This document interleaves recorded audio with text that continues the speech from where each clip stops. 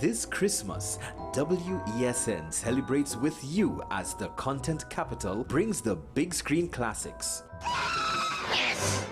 Gather your family and tune in to WESN from December 1st to 31st at 8 p.m. nightly for We Christmas Movie Classics. Santa's coming to town! Santa! Oh my God! Santa here? I know him! I know him!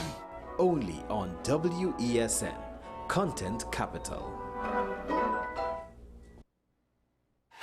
FanZone, your reliable, authentic supplier, has just gotten better. You can now visit our website www.fanzonett.com for your authentic wear and collectibles. The only place where you can use both your Visa debit and credit cards. Visit our website fanzonett.com to make your purchase today.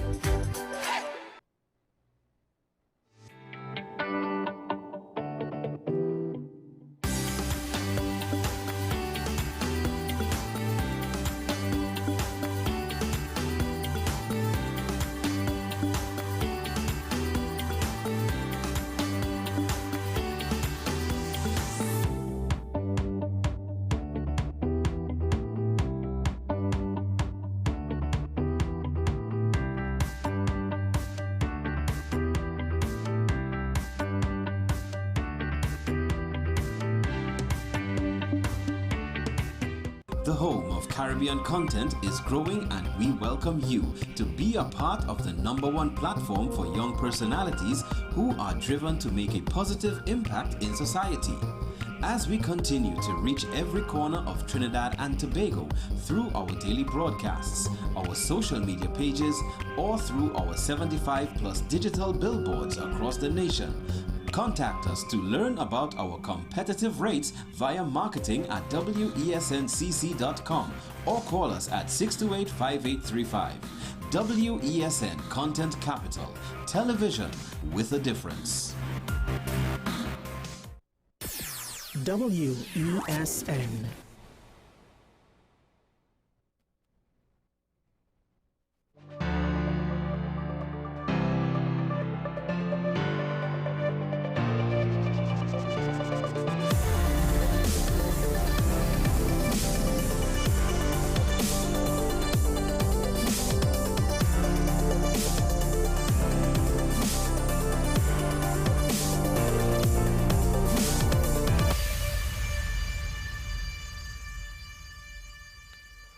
Well, a lot has happened over the past 24 hours.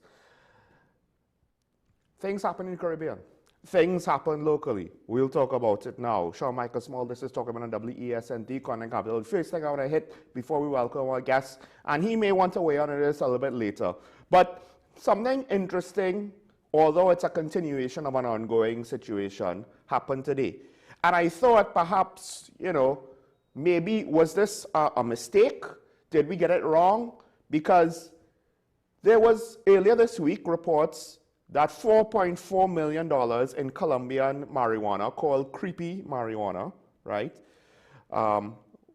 was confiscated. Only for this morning to have a report from at least yesterday that another 47 million of same marijuana was seized. $47 million worth. Just this week alone, 2 exercises, that's $51.4 million worth of marijuana. Just this week alone. Now, part of the question is, did it come here via a boat recently, or was it just a buildup of supply that the criminal enterprise maybe stashed away, or might have been looking to release to sell to make up for supply shortfalls? Don't know. But it goes back to the conversations we've been having about marijuana in general. We did a thing. We decriminalized it. One of the viewers actually pointed out, with regards to hard drugs, the whole concept, which in principle I agree with, but in practice I know it's not that simple. In the sense of, look at the example of American prohibition of alcohol. While alcohol was prohibited, you had rich gangsters making money off of the illegal sale and smuggling in of alcohol. Once it was made legal, that source of illegal revenue dried up, right? So, conceptually, one would think at least one should consider, have the discussion, look into the pros and cons of decriminalizing drugs. Now, it's very controversial with regards to hard drugs because hard drugs are the kind of thing where you could die very easily just in the process of taking it. You don't have to take it and then operate heavy machinery, take it and drive, take it and be out in public, take it and, walk near the side of a cliff or walk on the bank of a river, fall, and then something bad happens because you don't have all your mental awareness. No, you could just be in your own home, doing something very dangerous that could lead you to end up being dead. So it's highly controversial to decriminalize any aspect of hard narcotics. But marijuana is a little bit different, right? It's not as simple to overdose on marijuana. Not that it's necessarily safe to have too strong of a dosage, but hey, it's not too dissimilar to alcohol. It might be in some ways safer because you can have alcohol poisoning. In other ways, not as safe because smoking could have long-term health detriments. But here in TNT, we have successfully managed to utilize decriminalization not to remove the profits in criminal enterprise, not to take away a source of revenue for criminal gangs, but to actually increase potentially, not actually, potentially, although I guess you could say that's semantics. Other people would say, no, this is what's happening. Increase the illegal revenue from smuggling and sales of marijuana. And unlike cocaine, where it is assumed, it is believed that most of it passes through Trinidad and Tobago, arguably, the marijuana that comes here, it's for here. We have made a narcotic legalish, right? Because the status is very weird. It's not as though we have dispensaries that could sell it openly, but we have made it somewhat legal, and that was enough to open that window. That was enough to cover criminal enterprise. And now we are left with regular occurrences of confiscating high-value hauls of marijuana. What was the point of decriminalizing it then? Tell me. And as Mr. Sanfana will say, and then you have the issue where young people are using it too much. Now, I know back in my day, my peers smoked marijuana. I just don't know how much, right? So I don't know if those who are smokers are smoking even more. But I do know this, we have a situation now that is unregulated, unlike alcohol. So on some level, is it responsible? I don't think so. But I think the worst indicator is not necessarily the use and abuse with regards to consumers, but rather with the fact that the illegal trade has not just continued, but seemingly is more profitable. And at that point, that's why I say it's the worst of both worlds, and it's in the news once again with regards to a large haul, and it bothers me every time I see it now. It bothers me because that basically means one of two things. The decriminalization of marijuana was done with very little thought, right? It was just a political, oh, well, this will be popular. We're not really thinking it through on the implementation because we don't care. Or we didn't think it through on the implementation because we're not actually achieving the benefits that supposedly decriminalization is supposed to grant us. I'll leave that alone there. Now,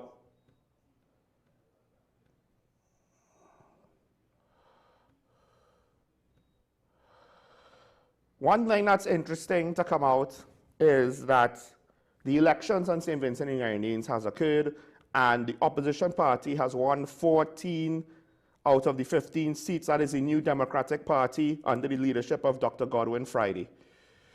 Ralph Gonsalves, now I guess you could say former Prime Minister, or soon to be former Prime Minister, St. Vincent and Grenadines, is the only member of his party to win his seat. Now, first of all, let me be upfront. I don't think Anna Roberts was the deciding factor on a 14-1, landslide victory for Ralph Gonsalves' political opponents. On principle, though, he shouldn't have done what he did. I don't think that was the deciding factor. Former Prime Minister Gonsalves, he's been there 5 terms already. This is now the 6th term. That's asking a lot for a population who at some point are going to want change. At some point, you just cannot, unless you're a dictator, you cannot maintain power in a democratic system forever. It is very hard to do so. Now, the real question for me is, what exactly did the New Democratic Party promise with regards to foreign policy? Their domestic issues are their domestic issues. That, to some extent, doesn't mean anything for us. If they need help, of course, such considerations or concerns, yes, we should, that would be something that then we could look into. But their domestic stuff is their domestic stuff, right? The question is their foreign policy. Now, there's a report in one of the local papers where there's 2 situations that allegedly the New Democratic Party campaigned on. One is a strategic pivot towards China. The other one is a move to basically allow, oh God, I don't want to mess this up. Citizenship by investment, I believe it is, right? I can't remember exactly what the acronym stands for, but it might just literally be citizenship by investment, unless I'm misreading it. Now, the second part, that is a bit more of an internal thing, a domestic thing. The first part, a strategic pivot to China, I find that's interesting, in part because it doesn't fully strategically align with what seems to be the NDP's strategic alliances regionally. Let's not forget, Ralph Gonsalves was one of the CARICOM leaders who voiced the position that CARICOM, the Caribbean, is a zone of peace. A position that is either directly or indirectly, depending on your point of view, pro-Venezuela. Venezuela is an ally to China. Now, we don't necessarily know exactly how much China wants to be allied with Venezuela and wants to be involved in this issue. Reports from YouTubers and online publications notwithstanding, right? But if the NDP also is allied to some degree or another with the UNC, one would wonder if the new St. Vincent government will continue the zone of peace talk or tone it down. But toning it down is more of a US position, not a China position. Now, St. Vincent and Grenadines, interestingly enough, seems to have a lot of connections and ties to Taiwan. And the pivot might not necessarily be away from the US, as a lot of times you would think it is, or Europe, but maybe away from Taiwan to the People's Republic of China. That'll be interesting, because indirectly that is a move away from the United States. Now, the UK Guardian has pointed the fact that the NDP hasn't necessarily clarified its current position. So I'm not sure if that was a campaign promise that they made and thus they had a mandate to follow through on. Regardless, that question to me is what's most interesting and to some extent most concerning, because if there are more overt signs that the major powers of the world are jockeying for position in our region, what's going to happen is, and depending on, with regards to financial powers and incentives and de-dollarization and BRICS and all of that, is if diplomacy is not going to be the area where they could do it, and if economically lines are going to be drawn and solidified, then that means potentially the only thing that will be a variable that can be manipulated is militarily. What does that mean? I'm not entirely sure, because at some point in the Cold War, there were limitations on the Soviet Union's influence in the region. And more importantly, during Cold War, what do we see? We saw armed intervention throughout the region. That's why a lot of people look at America now and saying, hey, whoa, whoa, whoa, whoa, we don't want to see them kind of things happening again. So, I don't know if I want to see this brave new world, but the world is changing. The world is changing. I don't know to what extent St. Vincent and Grenadines is an indicator, is a driver, or is a footnote with regards to that change, right? But the world is potentially changing. Our region is also potentially changing. And we could try to have a zone of peace all we want. But if foreign countries are looking at using us as a proxy war of influence, not shooting, in order to compete for resources, for international diplomatic influence globally, for financial considerations, for strategic positioning. China doesn't like that America has so much allies in its backyard. It wants a few allies in America's backyard. We might be caught in a tug of war, of a new Cold War, depending on how all this turns out, which would be very interesting. Maybe it doesn't go that far. Maybe it doesn't go that far, but ever since Ukraine became a shooting situation, all of a sudden, global diplomacy started to get a little bit more real and a little bit less, calm down, it's not that serious. Because somebody decided, hey, I could shoot bullets, you know. We forgot that we can, but we can. Last thing, well, couple things I want to say. The PNM, and this goes in line with one of the topics we have today. The PNM is complaining about the AG's framing that they all have firearms and saying that that is a lie. They don't all have firearms. Now, on some level, that might be true. That might be true. They're saying that the AG is framing it in a way that is malicious.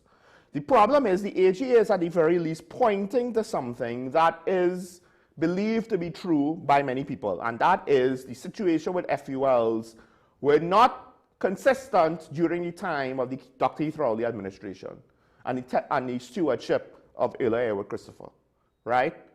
And Gary Griffith could point directly to certain things, certain exchanges he had. Now, to what extent does that fully prove his claims? That's up to debate, right? But he's still pointing to things that I don't think the government outright said was untrue. So, on one hand, I understand I do wonder if the AG kind of just made assumptions and took shortcuts. Regardless, this is one of those things where, and I'm splitting hairs here, you need to be accurate and you need to not necessarily take shortcuts with regards to your commentary, because it obfuscates things. And I think the PNM is technically right. I don't think they're going to outright lie and say we don't have FULs personally when they have FULs personally, right? Because then the AG could throw the documentation in their face. And it's also interesting, does he have the evidence? Because if you want to make a claim like that, give us the receipts. Don't just say it. But we are too accustomed to just listening to what they say, determining we like what they have to say, and we don't need evidence. We'll just go along with it because that's what we want to hear, whichever side you take. Last thing, the PSA, they're getting their 10%. Ironically, the 10% is stretched out in a 1% increase for most of the years, and then for the first 5 years, and then a 5% increase for 2019. But the point is they're going to get their 10% overall. That might limit the back pay. It's approximately $3.8 billion right now in back pay, additional $420 million annually in recurring expenditure. Now, here's the thing. I don't expect the government to renege on this or not approve of it, not ratify it, but they're going to have to find that money to tweet, which means an extra $500 million, give or take, or $400 million, right? But let's just round it up to $500 million. Every year moving forward. Not just the 3.8 for all of the back pay that needs to be paid out on whatever time frame. That's the other thing. What is the time frame for the back pay? I do believe that they're still hoping to get it for Christmas. I'm not too sure how that's going to happen. But if that's the case, if the negotiations are going to be over that quick, I just don't understand exactly why did the CPO and others, like the Minister of Finance, kind of seem to want to hedge their bets a little on the lead up to the negotiation, to the point where the head of the PSA was upset and took that to the press. Why? Why do that? Why? I don't understand. But listen, when people who run the country on PR don't necessarily understand PR, it's a hell of a way to live. Let's take a break. When we come back, we'll have our guests. We'll continue the conversations from yesterday. Stay tuned. This is Talking About the WSN show. Michael Small. We'll be right back after this.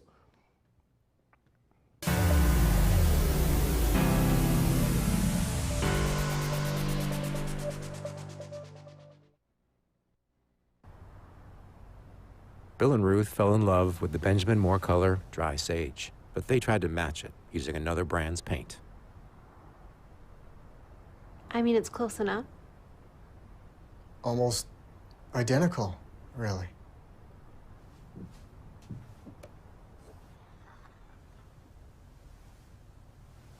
Yeah, there it is. Never trust another paint to be a Benjamin Moore color. Win a brand new ride for Christmas in a free car raffle organized on behalf of Queen's Royal College. First prize is a luxurious, fully loaded Royal Ride Ford Ranger. Draw date Saturday, December 20th at the school. Tickets only $100. All proceeds for the further uplifting of the school. Tickets available from teachers, parents, alumni, and of the school. Also at islandetickets.com. Legends, Sports Bar, Point Fortin, 6 Liquor Mart, Barnes Road. Mileage Mac, Port of Spain, and San Fernando. Pitt Street Market, Aripid Avenue. Mepco, Marabal. Tony's Hardware, Belmont. Shane's Supermarket, Aruka. Hot Shop, Mukurapa Road. St. James Pharmacy, opposite the Police Barrack. Icebox, Riverside Road, Turep. Dabity Discount Hardware, both outlets. Color Shop, Diego Martin and St. James. Juma Supermarket, Valencia. MS Food City, Tebe. For more info, call the college at 622-1671 or the hotline at 491-1802. Queen's Royal College, Christmas 3-car raffle. It's Christmas time, and with your family you'll spend every evening watching a movie on WESN. The classics that fill your heart with merriment and cheer as we celebrate together the most wonderful time of the year. This is my island in December. This Christmas, WESN celebrates with you as the content capital brings the big screen classics. Yes! Gather your family and tune in to WESN from December 1st to 31st at 8 p.m. nightly for We Christmas Movie Classics. Santa's coming to town! Santa! Oh my God! Santa here? I know him! I know him! Only on WESN, Content Capital.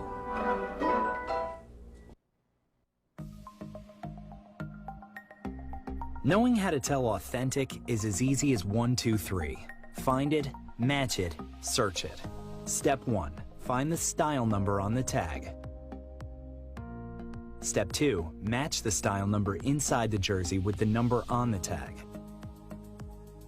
Step 3. Search it. A quick Google search of the style number will verify the jersey is authentic when the search results match the jersey being searched. Don't be fooled by counterfeit jerseys. Before you buy, remember to find it, match it, search it. Fan Zone, 2 locations nationwide. Center City Mall, Chaguanas, and Movietown, Port of Spain. Nationwide delivery available.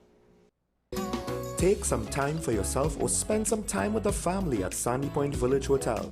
Enjoy our various studio and suite apartments, self-contained with their own kitchenettes and Wi-Fi. We also have our famous 100-foot swimming pool and our beachfront restaurant, the Steak and Lobster Grill. And our location in Crown Point puts us near the center of activity from the nylon pool to the local nightlife. Call us and make your reservations at 639-8533, 389-2378 or email us at sandypointvillagehotel@gmail.com.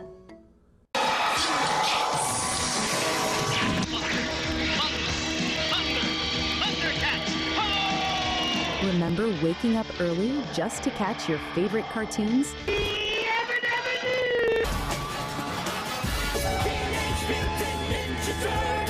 WESN brings back those magical mornings with Retro Saturdays.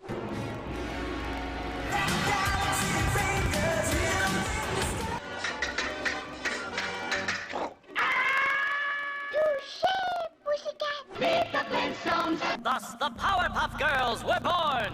Where the young at heart relive the fun. Join us every Saturday from 8 a.m. to 12 noon, only on WESN, the content capital.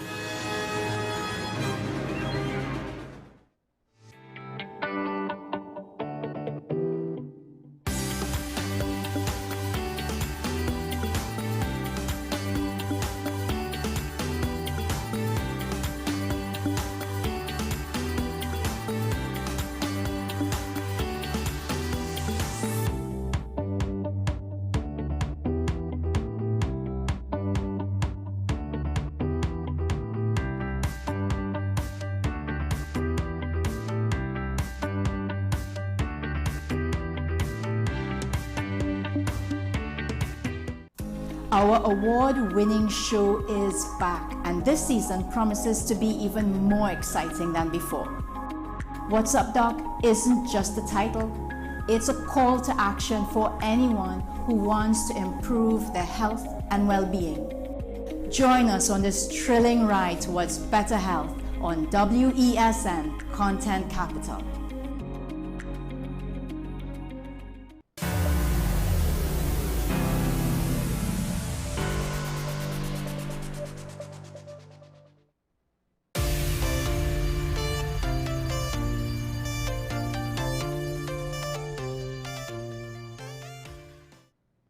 We're back here and talking about the WSND Content Capital Show. Michael Small, joined by our usual guest on Fridays, disaster management expert and soon-to-be retired police officer, Ashraf Ali.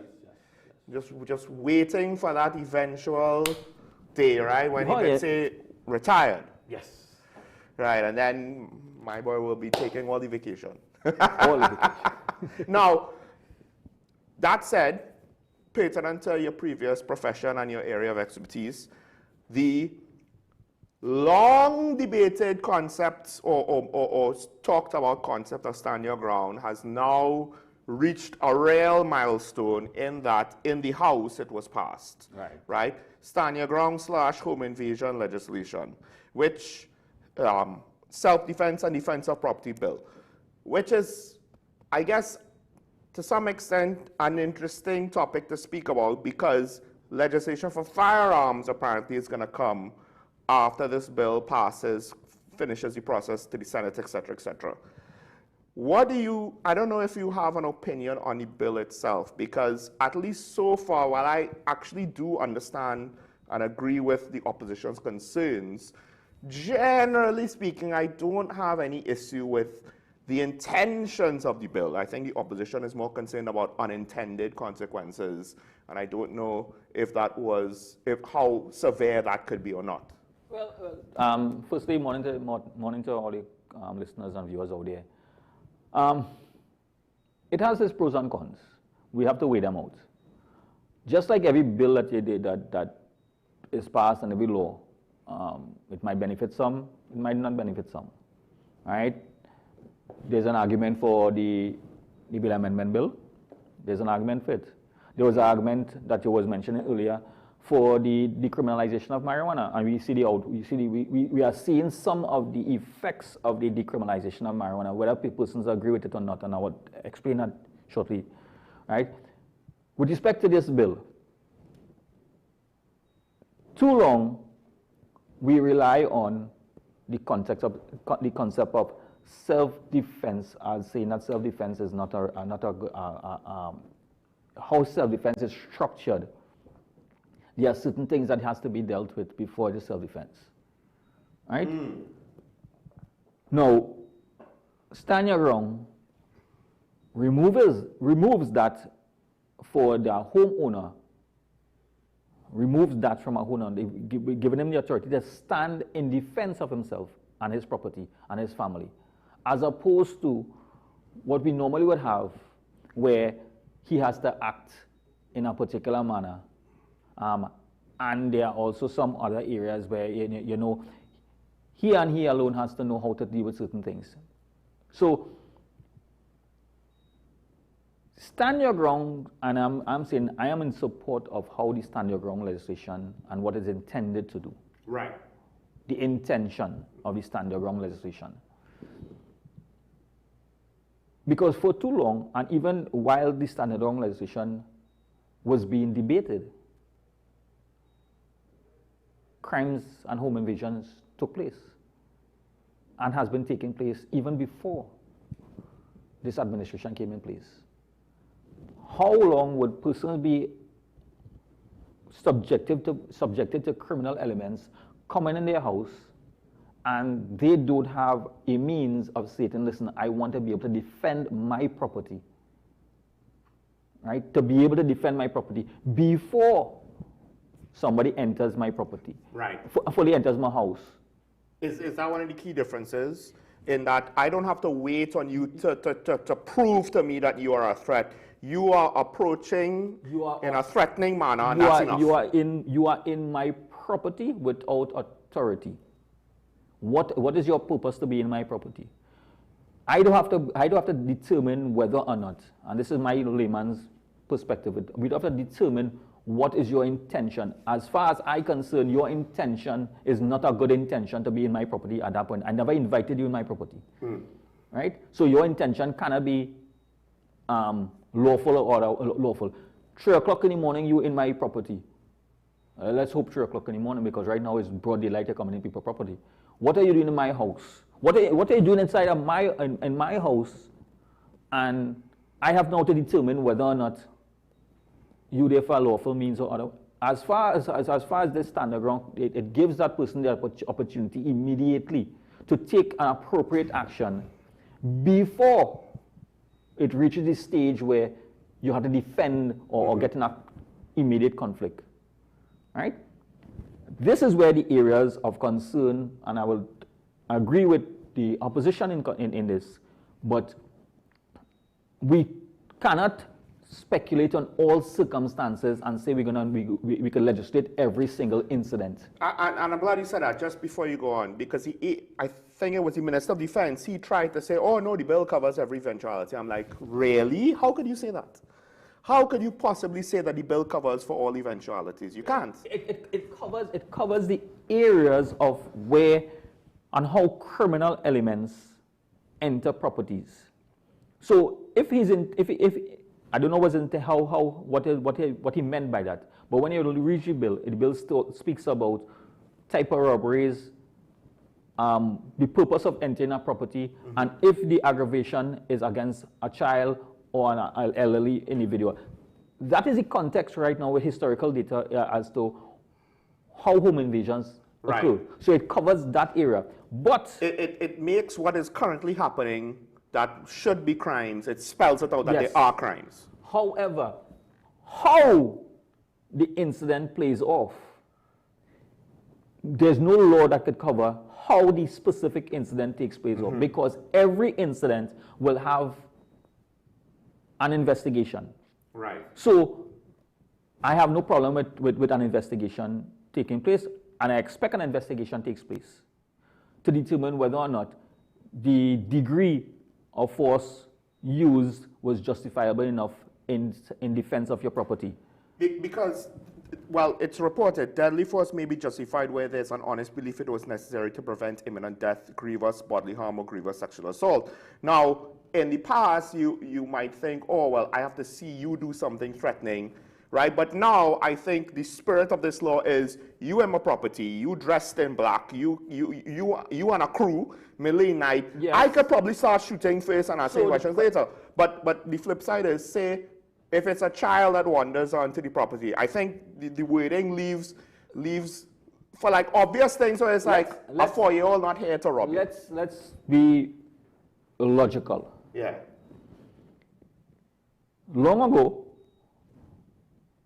you could have gone into someone's property as a child, even as an adult in a community, and because they know you or something like that, hey, you're gonna get the neighbor might tell you, go into my property, go and look so in my house, and you'll get X, Y, and Z, check for you. The weed whacker in the garage. Go there, tell them I'm going to go and pick it.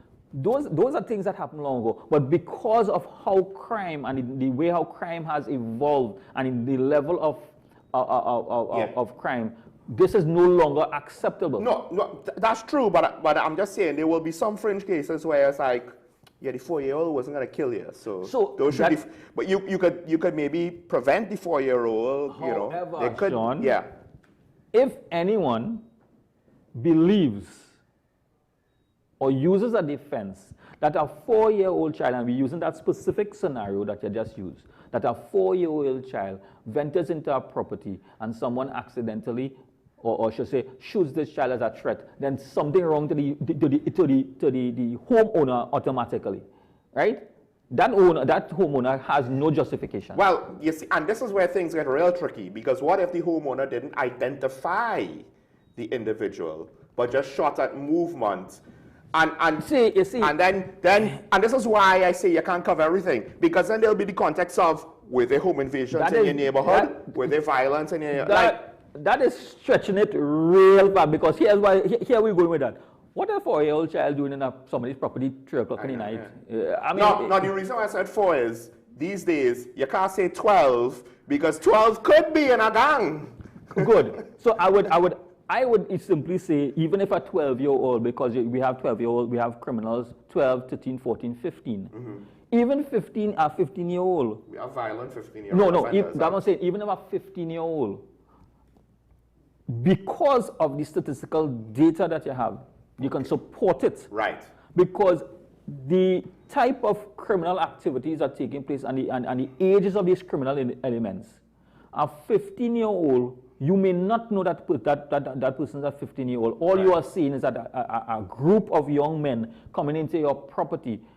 And we see social media posts. We saw evidence on social media. We even see persons who have been arrested. That it is a realistic scenario. So I am simply saying this: even though that some action has been taken against those individuals, the reality is that person may be justified in the actions taken because of the historical data that we have that suggests, and what is presented in society, that the age group, the age bracket of some of these young criminals, young gang members and criminals fall within this bracket. So it is not unrealistic that something like that can happen. So what were some of the other, I don't know if there are any other areas where you may have agreed with the opposition, questions on the bill as written? First, one of the things that I didn't agree with the opposition position with is that when you can make statement and say that the bill is targeted towards a particular group of individuals, and you want to make a narrative that in the United States and in Florida, you have white law enforcement officers targeting black youths. I don't know if it have any white police officers in Trinidad and Tobago. Or white legislatures well targeting. I mean, yes, I guess you could go. No, we have the Afro versus we have Indo. no white. But yeah. We have no white. We have West Indians. They may be, their skin tone might be a little less, but we don't have no white. Our law enforcement officers in Trinidad and Tobago are mixed. Yeah. They are mixed.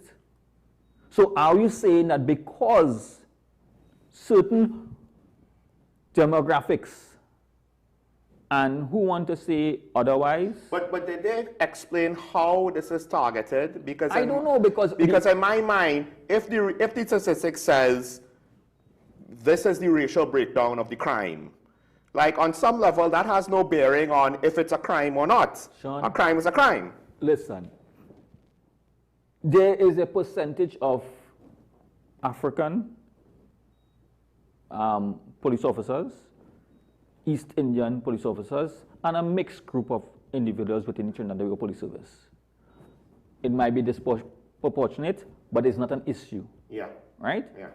It may be sometime in the latter stages, earlier stages, but not, and currently it is not an issue. The issue here is that the criminal elements of that we have historical data on, those that have been charged with committing the offenses, not the ones who we say innocent and not proven guilty, right? I will leave those there. But the old people have a saying, If you was never there, your name wouldn't be called, right? Right. So everybody who was there, don't say that you was never wrong. Association also, right? Because you associate with the group, you get arrested. You're arrested. I'm not saying guilty. But look at the amount of persons that, look at the group that has been arrested and the locations of where they reside. I mean, let's be honest. Majority of those youths are what? African Trinidadians originating and from PNM constituencies, strongholds. Let's be that their reality. Why is that happening? So before we beat that drum, let us consider what is happening in these societies, these communities. Are you starting off with the assumption, oh, well, there's a statistical imbalance, so it must be wrong? Or are you starting off with the why? Not the why, and then you jump straight to all racism, but rather why. Yes, you look into racism because you have to eliminate all possibilities to get to the actual factor. And this is something that is complex, but you see similar things occur around the world, not just, and I think the common thread, because you might think, oh, the common thread is race. No, one of the real common threads to this that I look at is the types of communities, the high rises, the urban, just the way how certain environmental factors could then be manipulated by the criminal element to basically entrap a whole community of people, a whole society. You know the irony behind all of this conversation. In my experience, and have conversation and interviewed several of these these persons involved in criminal activities, race does not matter to them. Yes. Yeah. They don't see each other or those persons involved in gangs and criminal activities. They don't see race from each other, you know. They see a fellow member of my criminal organization. Mm-hmm. I want a specialized individual who thieves vehicles. It doesn't matter what race they are. That is the person I'm looking to get. Mm-hmm. I want somebody to bring in firearms. I want somebody to put on this type of robberies, snatching. The criminals don't look at race. We fight in the race card. The criminal elements have the network. They have no issue with race. And the thing is, there's something about those urban environments that kind of jam people together, right? Urban or suburban environments, because like in California, it's not high rises, it's a lot of one-story houses, right? But it jams people together. And then all of a sudden now, you get criminal enterprise coming out of it as they're fighting for whatever it is that they're fighting for. And there's a lot of social reasons behind it. I mean, it's kind of hard to get enough jobs for a group when, you know, you're packing people into a small space. You don't necessarily have the employment located around them conveniently enough. Like, that's just one aspect of it, right? And there's a whole host of maybe social analysis that probably has been undergone with regards to the impacts on the education system, the impacts on job opportunities, the impacts on XYZ, right? That coincide somewhat with certain environments, right? But to say that, have we really thought it out? I mean, there's a reason why you don't have a lot of criminal gangs in the bush. Obviously. There's not a lot of turf to fight over. There's not a lot of customers for drugs to fight over. Not. So you're just not going to have a gang saying, oh, well, we claim this palm tree as part of our territory. No, it's a community, it's a group, it's a block. So when we sit in different forums and we use the race card and say this ethnicity against this one and we're fighting on this one and that, I want people to sit down and reflect. When the criminals sit together and the criminal enterprises come together, whether or not they say, listen to me, we got too much of this ethnicity in we group. But question, exactly, because this is the thing. For this law, at least on the surface, to discriminate against a certain race, aren't you indirectly saying, well, you're only going to catch a certain demographic of people? committing this crime? Well, if you don't want to accept, because for me, which somebody, I suspect there are people who do home invasions who are.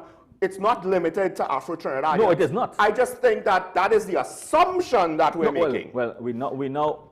And indirectly, you need to ask the question, if you're making an assumption, then maybe, you know, the problem starts with you, because it's like, obviously, it's not going to literally just only be Afro-Trinidadians. And then we have the other issue to worry about. We have the other issue that the criminal elements, the dynamics of the criminal elements, and the intermingling of the Venezuelans and the Colombians, and between I cannot distinguish who is a Venezuelan, who is a Colombian by their language. I don't know. Also, by visual identification, I still can. At some point, a mixed Latin American and a mixed Trinbagonian, because we also have Latin American bloodlines here. Right. You're not going to necessarily, hey, are they, you know, now fresh off the boat, or are they someone who has been, technically their family's been here for like 3 generations? You don't know. So when we used to use the word, our terminology in Trinidad, I hope it doesn't. It is not intended to offend anyone. The red woman or the red man. That's a local for us, because that's someone with a different light tone, or kind of intermixing our. No, it is not about the red man or no red man per se anymore. It's Spanish. We use the word Spanish. Oh, right. You understand? Yeah. So when we used to say, well, hey, the red man looking like a Spanish man. Right? But it's not that anymore, because now we have Venezuelans and Colombians intermixing our society now. Now, with regard, don't want to stray too far any further. With regards to the bill, the penalties, what do you view it? 20 years, if elderly or children involved, 25 years, relatively hefty fines. Listen, you can put as much fine as you want. Yes. My argument will always be, are we doing enough? Is the system that we have currently capable enough? And is it that the mechanism that we have in place, is it strong enough? Is it working significantly enough to get those persons to reach a conviction state? Our judicial system, and when I say judicial system, I'm speaking it from the perspective, not the courts alone. I'm talking from the law enforcement, investigative, all the way to conviction. Now, a private firearm user willing to shoot at criminals it's supposed to complicate things for the criminals, right? And if the criminal justice system is working properly, what does that mean? That means all of a sudden, there's this loud noise of violence is happening. It'll probably alert the whole neighborhood, depending on how close your neighbors are, right? It also means that if any one of the criminals get hit, all of a sudden the police have a very big, arrow pointing, this guy was shot, probably involved in something illegal, right? If they go to a hospital. Criminals have been caught that way. Yes. But I guess it all comes back down to you still need the rest of the law enforcement, criminal justice apparatus to be proficient enough. Otherwise, that doesn't really matter. And then we also need the public to step forward. Right. Because it is not only when a police officer gets involved in a shooting or some incident involving a law enforcement officer that everybody seems to know what happened. However, when someone else in their community, nobody seems to want to share information with the police.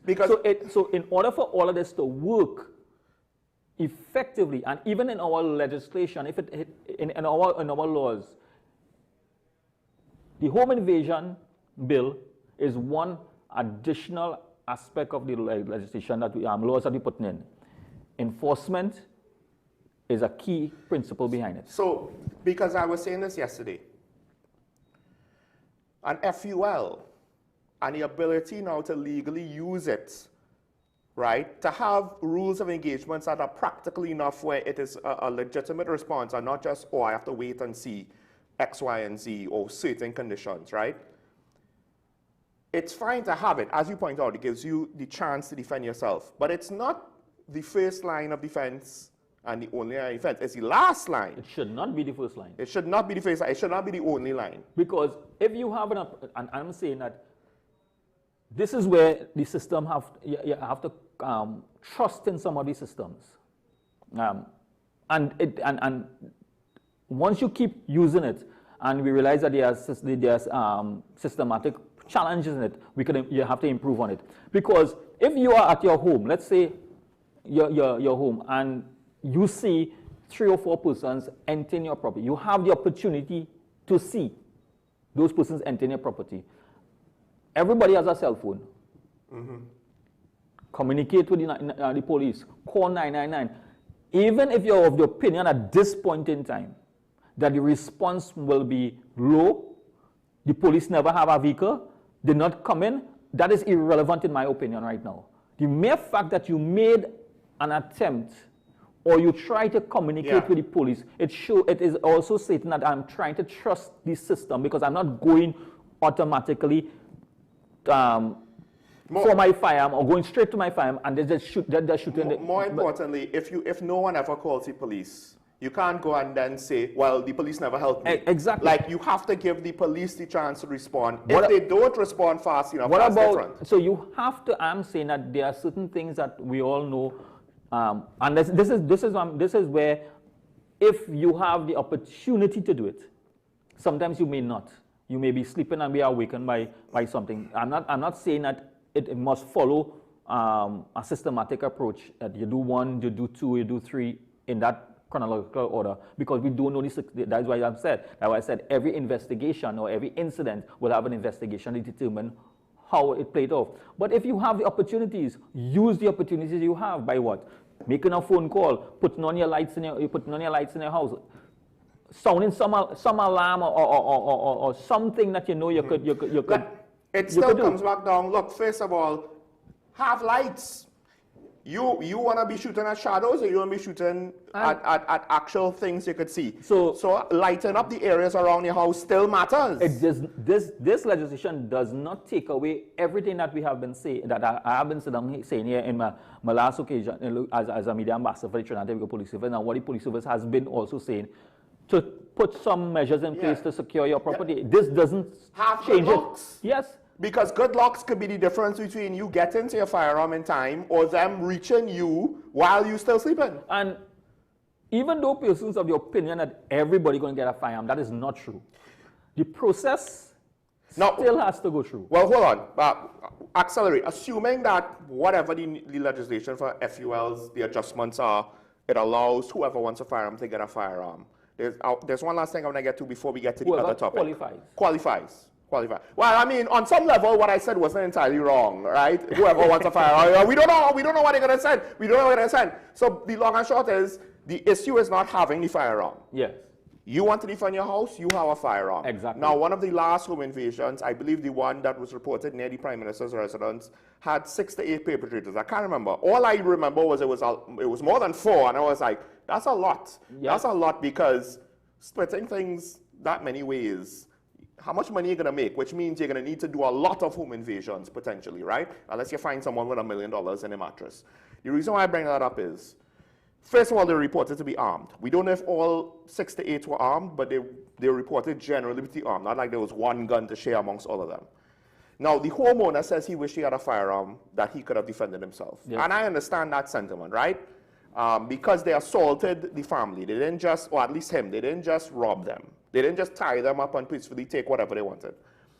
But my concern is, this can end up, especially if the criminal justice system side is not there for the backup support, right? To backstop all of this. Just arming the citizens. Because that's, the AG said, this is part of a multifaceted approach. But then the only parts of the approach he mentions are this bill, and then potentially whatever the future firearm bills are, right?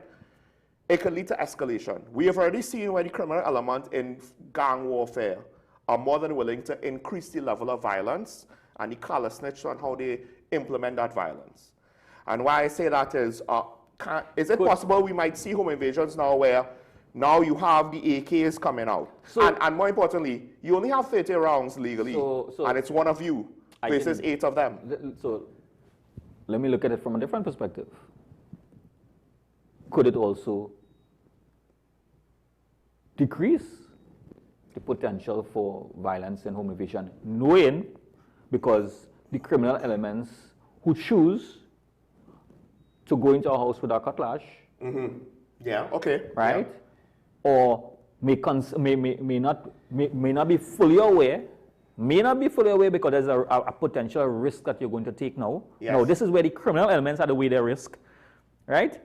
That I don't have to go into the man house directly, the man house directly. If that man have a fireman in the house, all of us at risk now. Well, so it goes. The flip side to that is, whereas you would, back in the day that might have been true, if this happened in the 1980s, the criminal element then was like, I want no part of this. But given how gang warfare has evolved or devolved, depending on how you view it, right? I agree with you. There's still a group of criminals who they don't want a part of violence. They just want to rob. But then there's a group of criminals that I think they don't care. Well, they don't care about their own life, much less the lives of others. So then we have to look at it. It cannot be on one side alone. So we can't look at it from one side. Yes, you can say that there may be potential for additional escalation or further escalation in the level of violence because they go in there with the intention, because knowing that they maybe have some opposition, right? So they may want to step up the game, but at the same time, you will have other persons who thinking twice. Now, in the interest of time, I can't remember if I think we might have spoken about this before, but to the best of your knowledge, is there any tactical schools that will, it's one thing to get a gun, then you have to learn how to use the gun, then you have to actually learn how to use the gun effectively to defend yourself. Once you are... any sort of training available to the public? Yes, there are a lot of firearm dealers also provide instructors and firearm instructors, legitimate firearm instructors that would provide the necessary training and different skill sets in using a weapon, because it makes logical sense. Just like a vehicle, in order for you to learn how to maneuver your vehicle in the road, you must get your license and still have to do some practice at it. I mean, same thing with a firearm. There are safety procedures to manage, and if it is that you have a firearm and you just have it in your home and you have never gone on the range and break yourself and get yourself familiar with your weapon, right? And it's all about muscle memory, they say. With a firearm is muscle memory. The more you use, the more you not use the weapon against anyone. I'm talking about using it on the range, getting more familiar with your weapon and getting more comfortable with the weapon. It also gives a different category of individuals for employment. That's the thing. There are specialized individuals out here. I'll just say this. I think there will then be a need, not just to learn how to use a gun, but this is my house, and someone to teach, hey, don't hide behind that. That's not good. That's not real cover. Or you'll be that window there, you'll be too exposed on your side, right? Like how to fight now on foot. It's a gunfight, right? So now it's not just to know how to shoot the gun, but how to fight in a gunfight if people are serious. Yes. Because I feel we had a caller say businessmen have guns. I don't know, but I suspect, given my experience, and a lot of businessmen who have had firearms over the years, they don't necessarily know how to fight in a gunfight. And not all criminals do either, but do you want to take that risk when it's... Because it was a bit difficult. Well, currently it's still challenging, even if you have your own field, to get opportunities to train, because when you go on a range, you have to pay for your ammunition and the practice time. So that is it is costly on your pocket at the same time. Let's end this there, because I want to get to the next topic. In just that, this is a thing. We have the capacity now to defend ourselves, but I just want to point out to those that always say, when we say you have to do your part, and then people will call in and say, why do the police job for them? What do you think stand your ground is on some level? You're not just doing the police job for them, but now you have to spend, ammunition, range time, and a gun costs more than cameras, lights, and locks. Prepare yourself. Right? So just say. Now, there was a whole other situation that happened, a new chapter in the whole US-Venezuela thing that directly involves us now. Right. Despite the fact that the Prime Minister is saying we're not here to support regime change or to provide support for regime change. A couple planes landed, reportedly the first one being a C-17. I can't remember, maybe a couple days ago, right? Nice plane. Yeah, I mean, these are, I believe these are, they're not new, right? Relatively old plane, but one of the newest logistical planes in the American arsenal, right? And there were conflicting reports as to why it came. Now, some from the airport we got, maybe they came for installation of some kind of plumbing or pipe or pump or whatever. But then there are also reports, and there is photos circulating in the media, right, that a U.S. expeditionary radar, right? I don't have the actual model number, but essentially a radar, a mobile transportable radar was put in Crown Point, right? Now, the radar has multiple functions, air search, it could track targets. It could also provide trajectory for counter-battery fire, so say if someone decides to shell close to the radar position. But it also has air traffic control functions as well. The latest blocks are assuming, right? I don't know if that function has been brought out. So this has been reported to be in Tobago, right? Now there's questions as to what does this all mean? My thing is, I think it's a combination for surveillance, but also potentially, for whatever reason, the air traffic control function, I don't think we should discount as well, in that I believe the Americans are basically saying, well, if anything happens, you all have 2 runways and a port. And they may or may not want to use it. The question, of course, is in what capacity? So the other aspect of it is that what is happening to our, I don't think anybody asked any question what happened to our current radar system. The capabilities would not be quite the same, right? Now, yes, that is a good question. What's going on with our air traffic control radar? But even though it's a ground portable system, right, it might actually, first of all, the type of information that it could get would be different. Air traffic control radars still need transponders for certain bits of information. So, and then the range might also be in some ways better. Good. So if we are getting support in monitoring our coastal areas, our skies when it comes to illegal activities, because we have also heard about small planes delivering narcotics. Right. It never said it landed anywhere. But it said it delivering narcotics. It can drop it because they have the capabilities of flying low and dropping it off, right? Now, at the end of the day, let us be realistic. Our radar system, our coastal radar system, I should say, may not be capable enough or is not sufficient enough. It might be older. It might be older to do what is really necessary. No. But also air traffic control radar is not meant, not meant for that. Right? So it has its intention, whether we want to put the narrative towards the situation with Venezuela and US and Trinidad in between, the whole mess. Everything right now that's happening in Trinidad and Tobago, whether it's for good, bad, whether it's good, somebody's going to make a input into it as to it's dependent on something happening with Trinidad and Venezuela. Our radar system might be poor.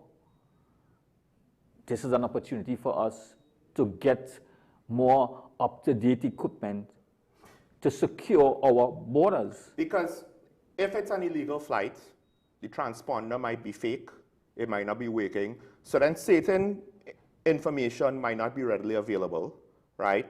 Whereas a military radar might be able, because a military radar is designed to try to identify things without a transponder. Now, I have been hearing a lot of conversation about this thing called national security. Right, because this is the other part. The Chief Secretary is still asking what's going on. Right? I think the chairman of the Joint Chiefs came, people saying we have a right to know the contents of the meeting. No. when I'm speaking about national security and the need to know,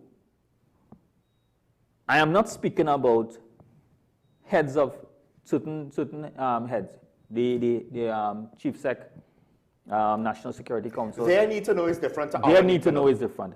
I don't know what was discussed with them, right? And I will leave that to the chair of the National Security Council and our Honorable Prime Minister, right?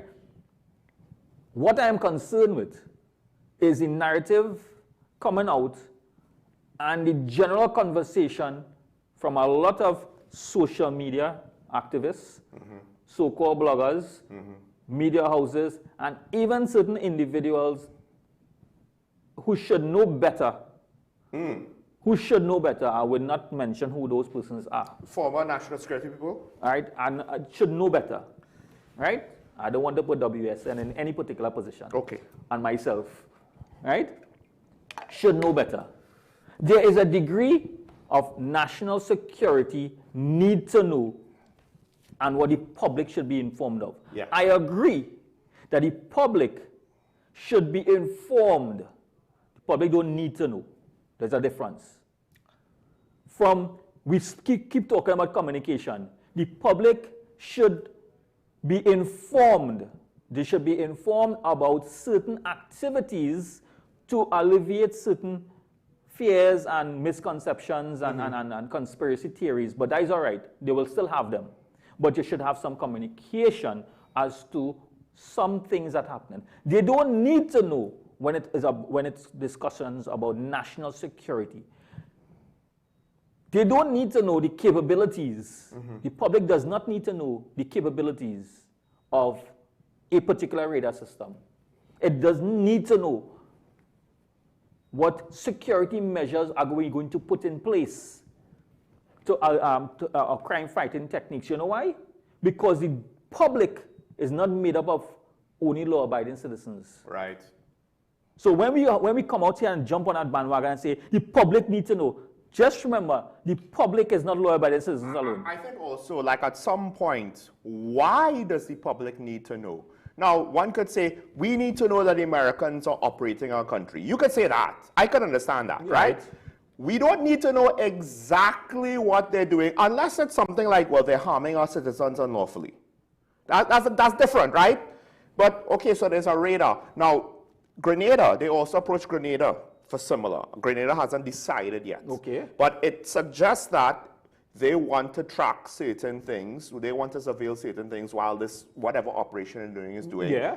Up the chain of the Lesser Antilles, right? And probably if it's us, Grenada, and who knows if they'll approach another country next to go further up the line, it might be to try to track smuggling efforts. Exactly. Right? Exactly. Because they could do it with their ships, but then they're saying, well, we have all of the Southern Caribbean to look at. We could just plop some mobile radars down on islands and let that be the case. A lot of people, I think, are now going to look, because the Guardian, to their credit, they identified the radar, and I believe they got it correct, although there's a chance, because these mobile radars kind of look similar, right? Yeah. But a lot of people are probably going to over-index. Oh my gosh, they could use it to track targets and shoot missiles. It's like, yes, but as far as we're aware, weapons were not deployed in Crown Point. And more importantly, if you are going to deploy weapons, why, and the threat is Venezuela, why are you going to do it on that side, right? If it was meant to be part of a weapon system, we have to realize, and many persons are still on the political agendas and just taking the narratives and going with it. We have to realize that we're in a state of emergency. Crime is still taking place. With multiple threats against politicians on both sides of the aisle. Both sides. Look at the amount of narcotics, and particular type of narcotics we're talking about, marijuana, that didn't come from anybody else. But also, not too long ago, they got a big stash of cocaine. Yes. A huge stash of cocaine. There was also reports, there was also an arrest of contraband coming into the country, which happened to be alcohol also, right? And where it came from? Venezuelan, right? I didn't see it. That was even reports from the police officers in law enforcement, and that is what they were arrested for. So we have to realize that our island, our little island, twin island of Trinidad and Tobago, we are vulnerable.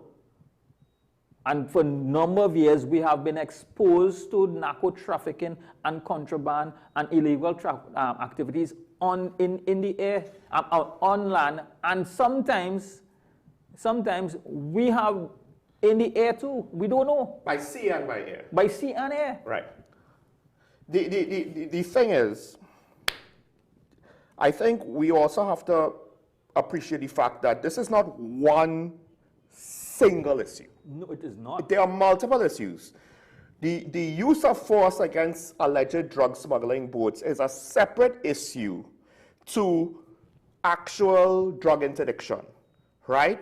Because what you're saying is, we don't like the method, but at the same time, I can't fault the Prime Minister because we ourselves, I don't think anybody on Talking Point that has spoken on this issue, although it hasn't been, you know, everybody. Yeah. But myself, Karen, I believe yourself, on some level, when you have a transnational criminal enterprise, even if it's not about the scale and the political power of our international organization, just the fact that they can run and hide in another country and our police can't follow, right? That is complex enough where we need international help. So now the question is, do we get to pick and choose what international help we get? Because I don't see any other nation running to give us some practical physical assistance on the matter. So now we're in a rock and a hard place, and I get it when people don't like the fact that they're shooting these boats and asking questions almost seemingly never. But at the same time, the Prime Minister's stance is with regards to dealing with the drug smuggling. And we've, listen, it's a heavy-handed approach, but we've technically seen the results. Now the radars, we don't necessarily know what they're for, but on some level, wouldn't it be premature to just assume, oh, we're part of the crusade against Maduro? Exactly, and I do not think, no, Google is everybody's best friend, right? Now AI is there. Once you know what type of radar they have, you could go up and search. They will give you an overview of what that radar's capabilities might be. But you know what my problem is? And I see this in sports as well, right? And in other aspects of society. There's a lot of wanting to get clickbait stuff, sensational news. Meanwhile, you're sensationalizing things that might be old, that might have happened already, or whatever. And in the case of this situation, oh, the Americans sent a plane. Oh my gosh, the attack is imminent. Oh, the Americans sent a radar. Oh my gosh, the attack is imminent. It's like the attack is imminent. Trump could sneeze. The attack is imminent. And this is where the whole issue of need to know as opposed to communication. Right? Need to know is not communication.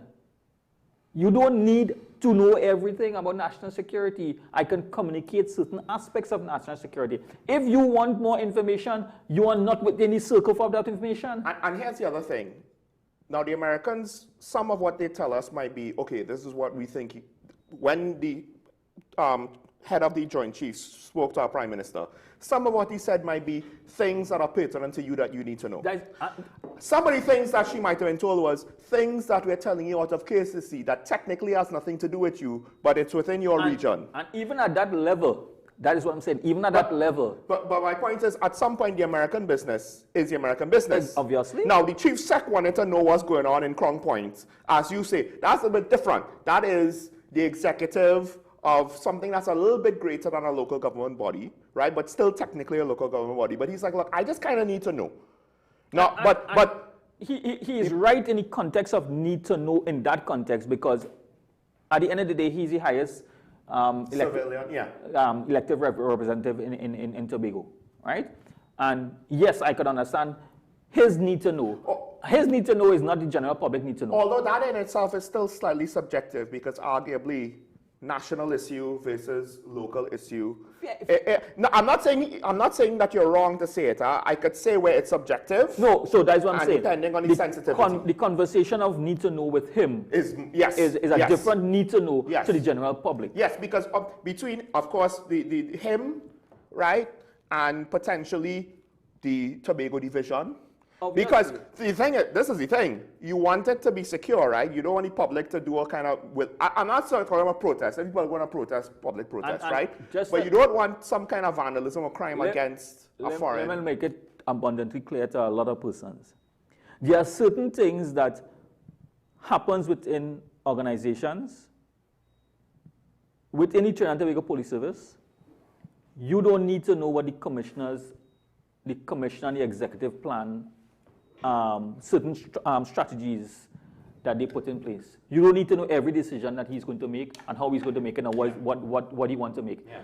All you will be communicated with is how to carry out the objective. So here's the thing. The one pushback I have on that is usually the practice is we need to know nothing. And it's the we need to know nothing, I think, where the public has legitimate concerns. Yeah. But with regards to the American stuff,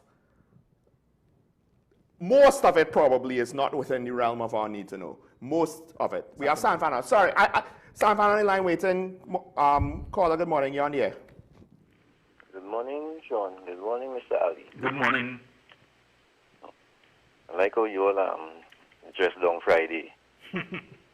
Now, let me say this. Trinidad and Tobago has 3 functional radar systems. One for weather, one for air surveillance for civil aviation and security. And then we have the other one for security. We had a donation, a lot of people seem to forget. In a few years ago, probably 2022, 2023, the U.S. gave a donation of a mobile radar system to the Coast Guard for monitoring. That works in conjunction with our 360 radar, which has been upgraded. So in terms of securing our borders with respect to radar systems, we have sufficient and capable radar systems. Our problem in Trinidad and Tobago is, as we always say, is enforcement. Because despite all those radar systems that we have, boats running in and out of Trinidad and Tobago like taxi. And illicit activity continues. This radar system that the U.S. has put down there is for their use, not for our use. Because we have systems for our use. That is for their use. So I don't see, while the issue is that the Prime Minister seems to be coy and say one thing one day and then something happen the next day and then come and say something the next day, while that is an issue, this is for their use, for their surveillance. That is not for us, for our surveillance. That is their system. So I really don't see the issue of all this uproar. I mean, people, okay, most of it probably directed at the Prime Minister, but we seem to forget that prior to Mr. Manning talking about putting our 360 radar system in place and buying those OPVs to run up the islands, we had surveillance taking place by the British and the U.S. up and down the Eastern Caribbean chain. A lot of people don't know that in the country. A lot of persons have short memory, Trinidad. That was part of security. When Mr. Manning had no other choice, when they signaled they were looking to reduce that service that they provided, because it's a costly service. So people in Trinidad and Tobago forget that drug boats, all kind of stuff, contraband coming from Venezuela, all the time. So and we have not been able to secure our own borders. And we have the capability, radar systems, to do that. So if the U.S. decided to put on a radar system to them, wherever they use it for, that is their business. It is not ours. It is theirs. Have a good day, gentlemen. Thank you, caller. It's a subtle point, Because it means it's their personnel operating it. It means that they get the feed directly, they get the information directly. One of the things that I thought of, and this might be cynical and this might be bad, when Mr. Sanders is saying we have these radars, right? One is an air search, one is a donated radar system. And it might have been donated 3 years ago. But it does beg the question, did we, is that running? I have to ask because is it operational? Is it working? Did we maintain it? The question would always be based on the amount of traffic on the seas, illegal traffic on the seas, back and forth, contraband coming in, whether or not it is working. It may be working, but the whole aspect of it is that are we able to deter these individuals from doing it, because we do not have the support mechanism on the seas to deter. Our ability is very short on the sea. Yeah. Also, what was donated might not have been the most modern thing. Just look at Ukraine. In Ukraine, which is an active war, they tend to be giving Ukraine older stock, in part because less sophisticated weapons is actually easier to maintain and also implement its use. This unit, if it is the most modern stock, could also include certain upgrades, not just to track aircraft, but to track drones. Yeah. But again, there's an air traffic control function. So, and I don't want to underestimate that, but that implies a widening of scope. And I'll leave that there. We have Move on the line. Caller, good morning. Good morning, Sean and Mr. ASP, or retired ASP. Morning, sir. Sean, Mr. San Fernando just said that we have all the capabilities where radar is concerned for monitoring what's going on our seas and in our airspace. So he says the problem is enforcement. Okay? So our problem is enforcement. Sean, every time with this new police commissioner, every time a raid is carried out at our prison, contraband is being found.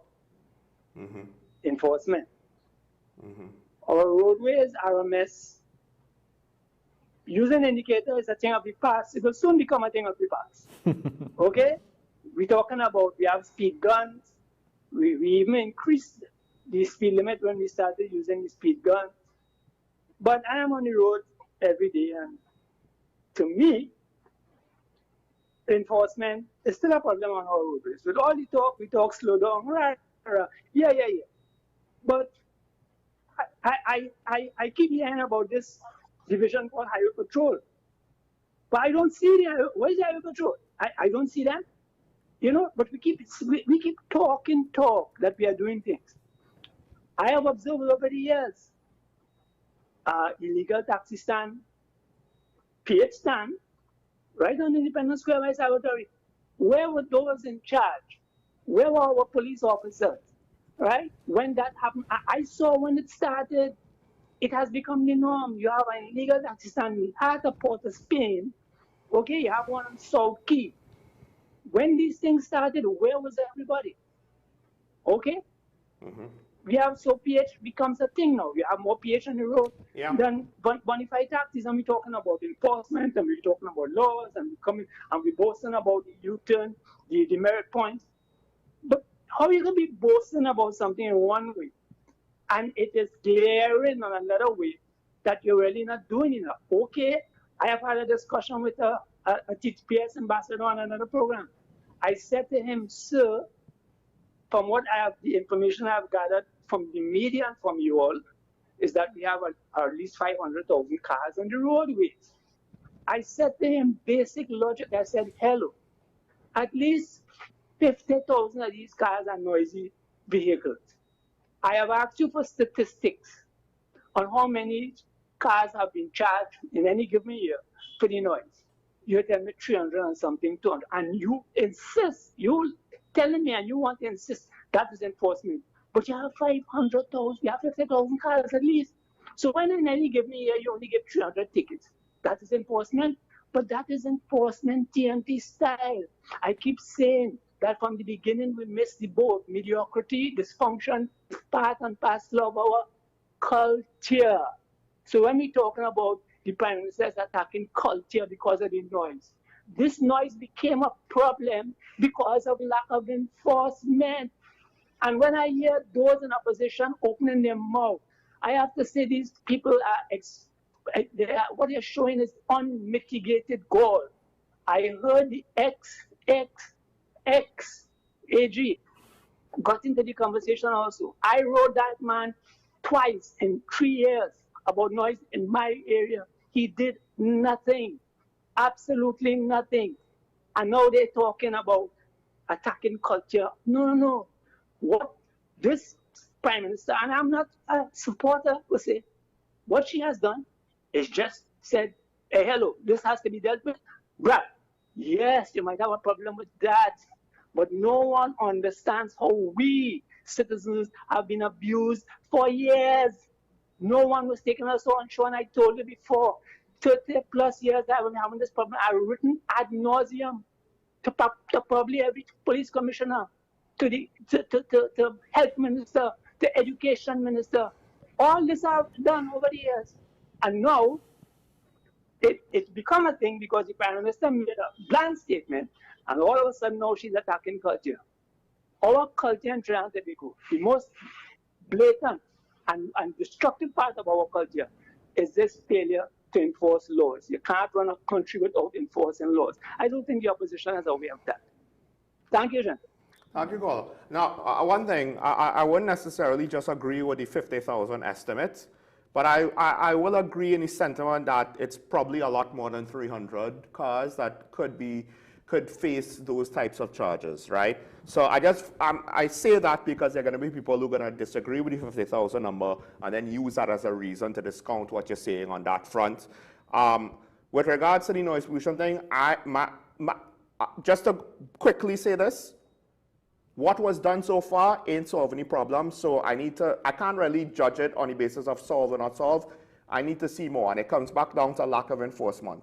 And the same thing that you're saying, the culture, right? I think there's legislative deficiencies, but it still comes, regardless of what the legislative changes, improvements, advancements, or none, or whatever, it still comes down to culturally, and this is why I have said it.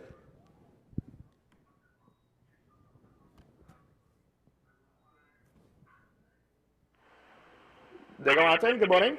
Hi, good morning, Mr. Small and Mr. Ali. Morning. I just want to make a small comment concerning Mr. San Fernando's comment just now, pertaining to the radar system. None of us knows what agreement the government made with them with that radar system. I find it very hard to believe that she didn't get anything out of it, because I am sure that the Americans are going to divulge any information, anything coming in this country, to them, even if they don't have the opportunity to use it, which I doubt very much you probably have access to it. And so that's the only point I really called to say that yes, I normally agree with Mr. San Fernando a lot, but I guess conjecture and speculation he's making here, and I hard to believe that. So you guys have a good day and continue the good work. Thank you, Colin. Here's the thing, Mr. San Fernando, what he said did not necessarily mean that what you say can't come to pass. He said it's there for their use. That doesn't mean that they won't share the information or not automatically. Yeah. There probably might be certain things they won't share with us, depending. So, but then, let's be real. If we are unable to secure our borders, and we have been facilitating or accommodating or whatever we want to use in terms of allowing this type of activities, whether intentionally or otherwise, to happen, are they going to give us information about illegal vessels coming into Trinidad and Tobago when our radar could have done it and we wasn't able to deal with it? Well, this is the question. Did our radar detect it? Did the information go to where it needed to go? So this is where I am. This is why I'm saying we have to be realistic that even the abilities or the confidence in our security system in terms of border protection or coastal is lacking. right? But I think more importantly, let's not forget there's a report from the United States, I can't remember if it's State Department, with regards to senior government officials being involved in human trafficking, right? I bring that up to just say this. They're probably very aware about the deficiencies in our national security structure. Fully aware. Right? Because they know about our crime, they know about our crime levels, they probably know about those deficiencies. That could be one of the, you see, we don't know exactly why they wanted the radar here. We just know that they're not going to put a radar here if they didn't need to. It's just what was in need. Is our equipment broken down? Did we not maintain it? Or are we not using it properly? Or is the accountability and oversight of the people that are supposed to be using equipment, something went wrong there? We don't know. We don't know. Or maybe the equipment we have has technical limitations and the criminals, whether they were told of it by rats or whether they figured it out themselves, because criminals figure stuff out by themselves. Let's not forget, right? Yes, yeah. Yes. So maybe they know the gaps in the systems, and this American system might be the newest. Some of it is hardware, some of it could be software with regards to tracking surface targets, smaller targets. Their range might be larger than our range. Well, so it doesn't say clear-cut what your range is, but the implication is your range is actually going to be somewhat similar to 60 miles, right? But the usage, the level of information, you know, the accuracy is potentially very different from system to system, right? So, I mean, I think generally speaking, like when you have an air defense system, you're going to have multiple radars, right? Because they all do different things. The frequencies are all optimized for different things, so on and so on. So we don't know what the reason is. We just know that they had a need to do it. Will they share information with us? Potentially. I mean, the head of the Joint Chiefs of Staff doesn't just visit any and everybody in the Caribbean on a regular basis, right? Remember we keep talking about enforcement, and that's one of our shortfall with respect to all of this. Were we not supposed to have, and don't we have a lot of CCTV footage, cameras around the country, right? Up to now, we can't get anybody breaking. We can't charge somebody for breaching a traffic light. One of the obvious things is, if we have an issue with smuggling, and it includes our legal ports of entry, what are the security measures in place to try to mitigate? Because it's more than just scanners. Scanners is one aspect. There are other things, you know, like cameras, because at the end of the day, who knows who is moving things around so they don't get scanned, whether they are legally there or illegally there, whether they're employees of the port or customs, or they're people who break in to take whatever illegal substances before it gets scanned. Who knows, right? Yeah. We have Clarkson Bay on the line, then we have a couple of comments to get to, but Clarkson Bay, good morning. Yeah.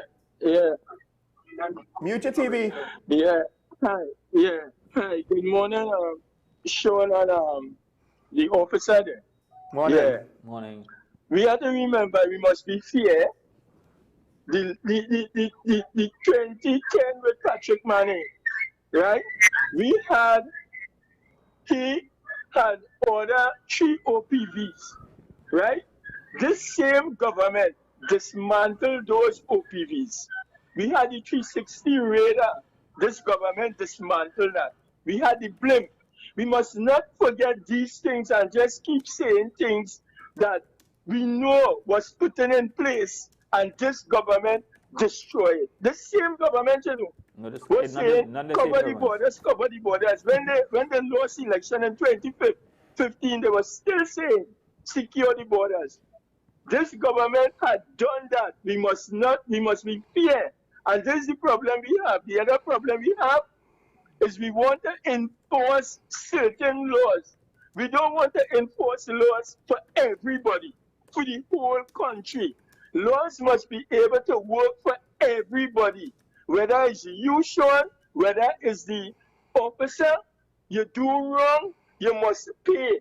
It mustn't be that because you have money, you could go to court and these things could shy away.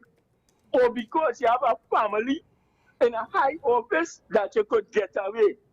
We must deal with things because this is a situation that we know causing a lot of problems today.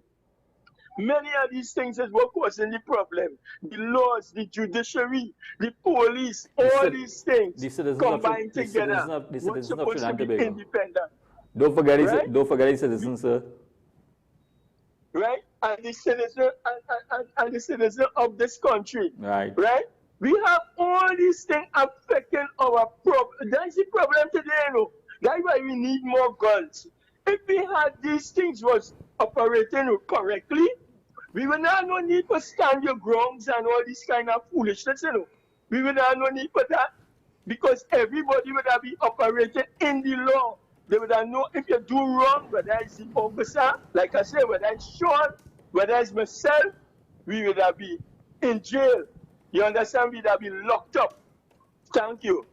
Thank you, Colin. I'll just say this. And this is what I feared. The political narrative around Stand Your Ground has overshadowed the actual practical value of it. Yes. Right? Now I'll say this with the OPVs.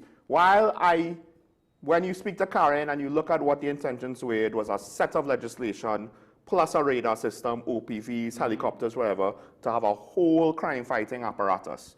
And I agree that the intention was probably good, trying to be all-encompassing and taking us to another level. On a practical level, with the benefit of hindsight, I'm not entirely sure if the situation would have been as effective as we would have wanted it to be. Now, Mr. Manning would not have the benefit of hindsight, and his cabinet would not have the benefit of hindsight. So this is not to say that they were wrong. But the hindsight, what I'm speaking about, first and foremost, is how the Coast Guard utilize the already existing vessels and maintain the already existing vessels, and the budget to do so.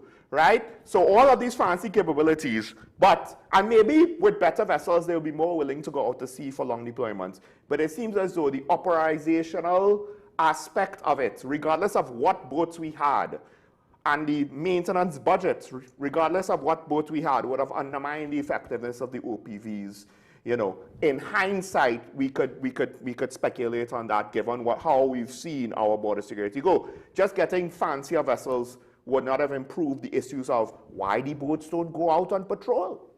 You know? Like, if we want to say all we have is pirogues and they're just not sufficient to task, but the Coast Guard trying, that's a different argument, but that's not the argument we're making. So, while, yes, there's a big what if, also, according to the UNC, the OPVs were not fit for purpose. And don't ask, I can't remember the details, but we've had this discussion with Damian Leiter way back in the past. That's, that's debatable. But I do think in hindsight, I can't regret practical benefits that might be really impractical, right? People still keep to be talking about enforcement of laws. I agree with it. I would support enforcement of laws. As in we're not doing it? Yes, that we're not enforcing in laws. I mean, I always like the PH taxi example. But we have to be realistic. Those laws that we have, can they be effectively enforced in our current environment? First of all, as far as I'm aware, based on the news reports, a lot of quarrying is illegal. And the police want to enforce and crack down on illegal quarrying. But can the construction sector afford so you have to the removal of the supply of material? So we have to be practical in what is existing in the books and what it was intended for when it was legislated. Right. There needs to be improvement in the laws. Stand Your Ground is an improvement, even though it's called Stand Your Ground, it's an improvement or upgrade of some of the self-defense? No, not self-defense. Burglary, burglary is still existing in law, but burglary has a specific time for it to take place. Housebreaking and larceny, right? These type of offenses, trespass, all of that still exist in the law. But there are limitations towards it because it has to fit within a particular criteria. And home invasions goes beyond. So home invasion is beyond that and encompasses other areas. So when we keep saying that we have to enforce, we have all the laws, yes, we have laws, but some of the laws makes no sense, no logical sense in our current environment. It needs to be upgraded. Sometimes it's more difficult to change a law than to put forward a new legislation. And again, because it's the same conversation we were having with respect to fireworks. Yes. Right? And noise. It existed in the laws, but it is ridiculous to expect that when you read the Firearms Act, person should read the Firearms Act. It specifies that there's no, you're not supposed to dispose discharge any fireworks in any boroughs and any cities, within the city limits and the boroughs. But what that means today is different to... It means totally different from what it means here. Fireworks, not firearms. But then there's also the illegal quarrying and PH taxi situation, where you need to update the situation. You can't just run with the pre-existing laws because you potentially are going to actually harm the public in a way, right? Yes, yes. Even though the activity is illegal and there's consequences that we're facing for allowing the illegal activity to take place, because I would argue if illegal quarrying is the majority of quarrying, then it's unregulated, then it allows criminal elements to be involved in it, and so on and so on, and that's something that needs to be stopped. We have some comments to take before we close out the show. So you won't admit it, but police harassment was the main cause of government taking the step to decriminalize marijuana. I would say, no, this actually might be an example of what Ashraf says all the time. You want to enforce the laws, we'll enforce the marijuana laws, and then we have a whole set of people being in the system, taking up resources over minor marijuana offenses. So, imagine police arresting a young man for having in their possession 1 gram of marijuana. Can you even see 1 gram of anything? What scale the police have to weigh 1 gram? Of course, they would claim some specialized agency can do it, but as someone who did a tertiary science degree, weighing 1 gram is almost impossible. I do think at some point, it might be plainly obvious that it's more than 1 gram. When the amounts are of a certain volume. Before, it was never 1 gram. It was possession of marijuana. Whether you have 1 gram, 10 grams, it was possession of marijuana. There was possession of marijuana. Marijuana was just illegal across the board. Possession of marijuana, and then possession of marijuana for trafficking. When it so yes, I could understand what this text is indicating, you know. But let's come to now. We have 30 grams of marijuana. I can read 30 grams of marijuana. So you can see 30 grams of marijuana. What is happening now? And if this texter wants to be very honest to themselves, isn't it tenfold now what the amount of persons are using marijuana? Well, the demand is up because the illegal money is up, right? And more importantly, the police are now in a situation where the 30 grams is a shield. And the ability to enforce certain things like public smoking of marijuana, seemingly we, as a society, we have given up on. We have completely given up on. Exactly. So when we talk about enforcement, we have to be realistic. Some of the legislations, when you create legislation with an intention to treat with the consequences of it, the consequences, fines, imprisonment. And they give you they tell you what the offense is. It doesn't speak about operationalization of that law. How do you go about enforcement of that law? Right? Let's take the other comment, and this is about the FUL situation with regards to stand your ground laws. And what's the situation of another family member picks up an FUL, right? Apparently Kareem Marcel brought this up, but I believe because based on what I've been told by the media ambassadors and by yourself, we have laws to cover that already. We already have laws to cover that. So, but the issue is that, are you saying that if that individual who's a family member takes up the firearm and defend his life and his family life, are we going to say, okay, that person should not do it? That is not an argument that and that individual should know better. He's a lawyer, right? So that's a defense. So I don't want don't bring in a defense when you don't have when you don't have the offense taking place. This is what they're trying. This is what a lot of persons are bringing forth. You are bringing defenses without an incident taking place. We're speculating about incidents. Yeah. But more importantly, the law is not an inflexible thing. It is not. Right? Because, yes, it is illegal for a minor to handle a firearm. Okay. But if I have a 17-year-old son and his mother's going to be chopped by a guy with a cutlass, I mean, on some level now, even if I understand that there might have to be an investigation and whatever, but... That is where a lot of persons fail to realize. And maybe there's good argument for it, because it doesn't have the level of confidence in the law enforcement ability to investigate matters and bring it to fruition. But technically, in all shootings, it must you have an investigation. So even if this situation presents itself, right now, it is not a cut and dry case. If it's a case where I'm in my car, I'm in town, there are cameras, there are state cameras where I am. There are multiple camera angles of me, I'm in town in my car. Someone attacks me, and I shoot them because they shot at me first. And it's captured by multiple cameras of the states and multiple eyewitnesses. When the police come on the scene and people say, oh yeah, that guy like shot like 6 times, and then Sean shot back. Like the investigation ain't gonna go that far, right? But if it's a case where now it's unclear, and okay, a situation happening home, did you have cameras that you could just give to the police?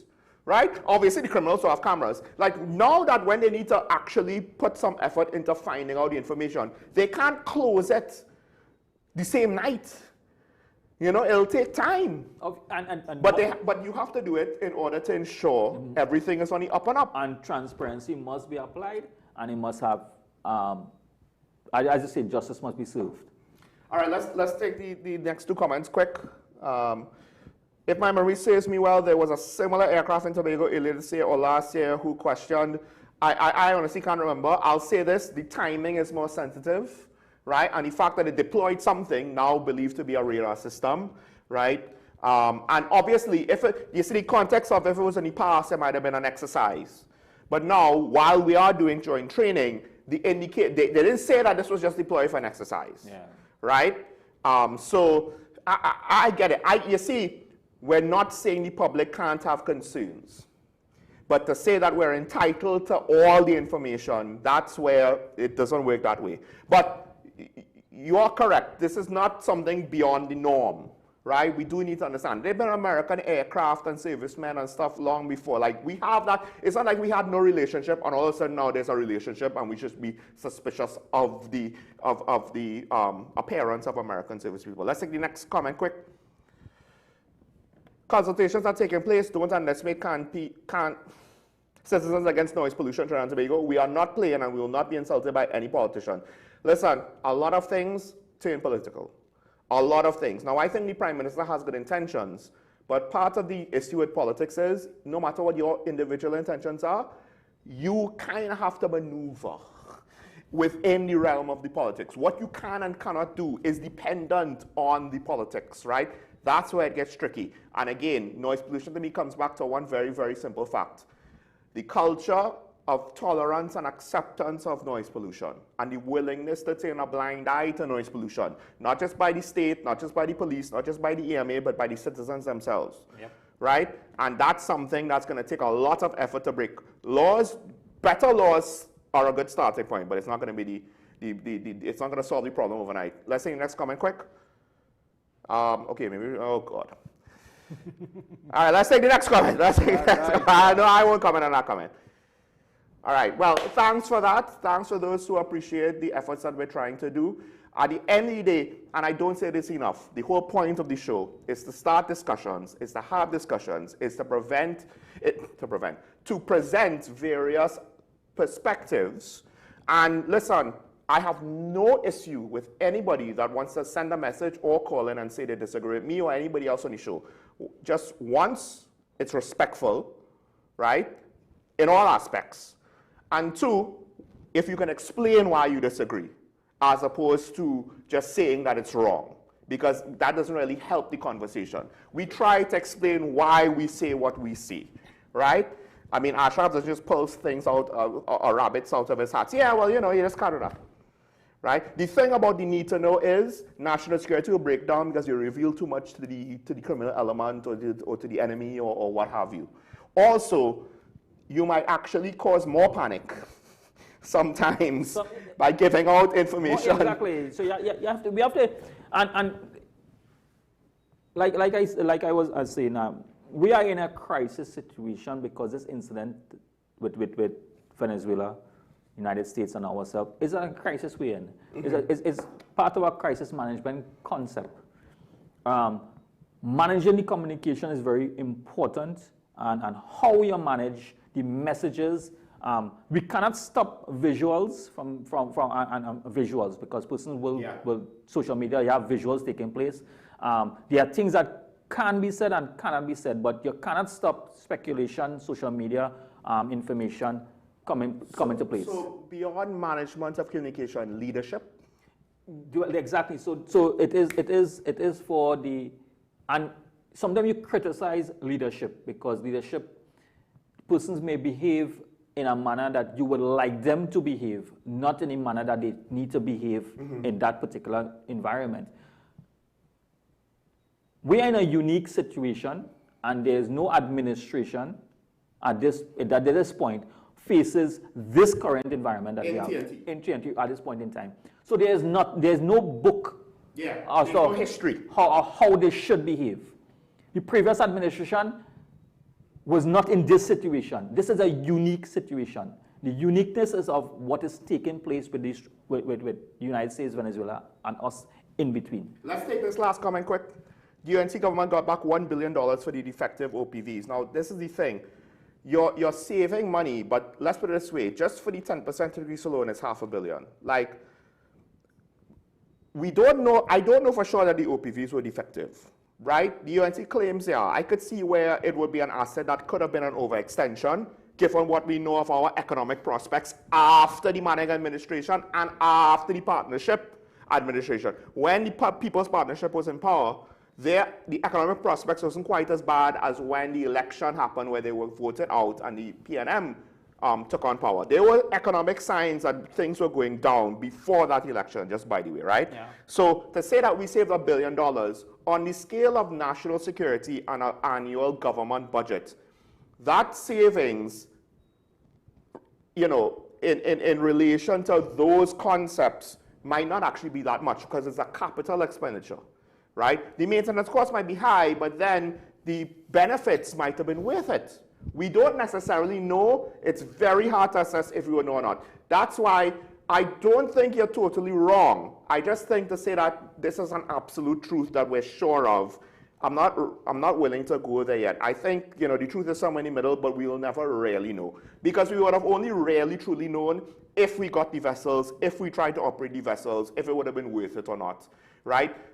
There's not a lot of case studies that we could have an apples-to-apples comparison to indicate accurately. But it's not an invalid argument. So true. And so it all depends on how you make a decision, because there are certain decisions that we make now, we don't know how it's going to pan out immediately. So later down the year, later down in the future, might know. Let's take a smaller scale issue. We have one more comment. Let's see the comment. Picton Road, Wassa dug up the road, never fixed it on business places. Well, I assume are suffering a loss. Sandy Grande, Picton Road. Viewer, I don't know what to tell you. All I'll say is this: similar things happen in New York City. Believe it or not. I remember doing some research on roadworks and paving. And they basically had the same joke. Some utility digs up the road, then they fix it, only for another utility to break up the road. As they fix the road, some power company, water company, phone company digging up the road again. So, it is what it is, unfortunately. It seems to be a universal truth, right? Utility companies can't help but just be the main source of potholes. Seemingly. I want to thank the commenters for contributing to the show. I want to thank, of course, all the callers. Ashraf, thanks for joining me once again. Folks, as Ashraf said, this is a period of crisis, but the real shooting hasn't necessarily happened yet. We don't know if it will happen or not. Try not to stress about things that hasn't happened yet. I'll just say this, with regards to leadership, the government could probably communicate almost the exact same message, but in a different way would have potentially shown better leadership and maybe help alleviate our stress and our fears a little bit more. But that takes real skill, and this is a situation that we have no one with experience with. So to what extent could you have high expectations or not? How fair is that? It's a catch-22. We're all kind of experiencing this, kind of like COVID. As it unfolds, this is all new to all of us here in TNT. Try not to freak out. Stay safe. Remember your allegiance to the Republic and to each other. Don't forget it's nice to be nice, including now when politics are even seemingly somehow more divisive than before the election. It's still be nice to your political disagreeers, right? Hopefully we'll see each other next week. Have a good weekend. Bye-bye.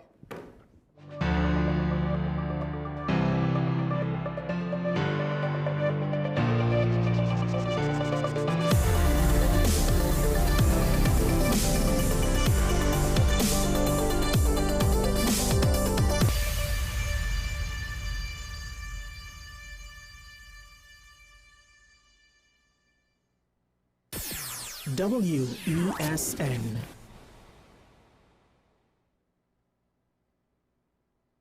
Win a brand new ride for Christmas in a 3-car raffle organized on behalf of Queen's Royal College.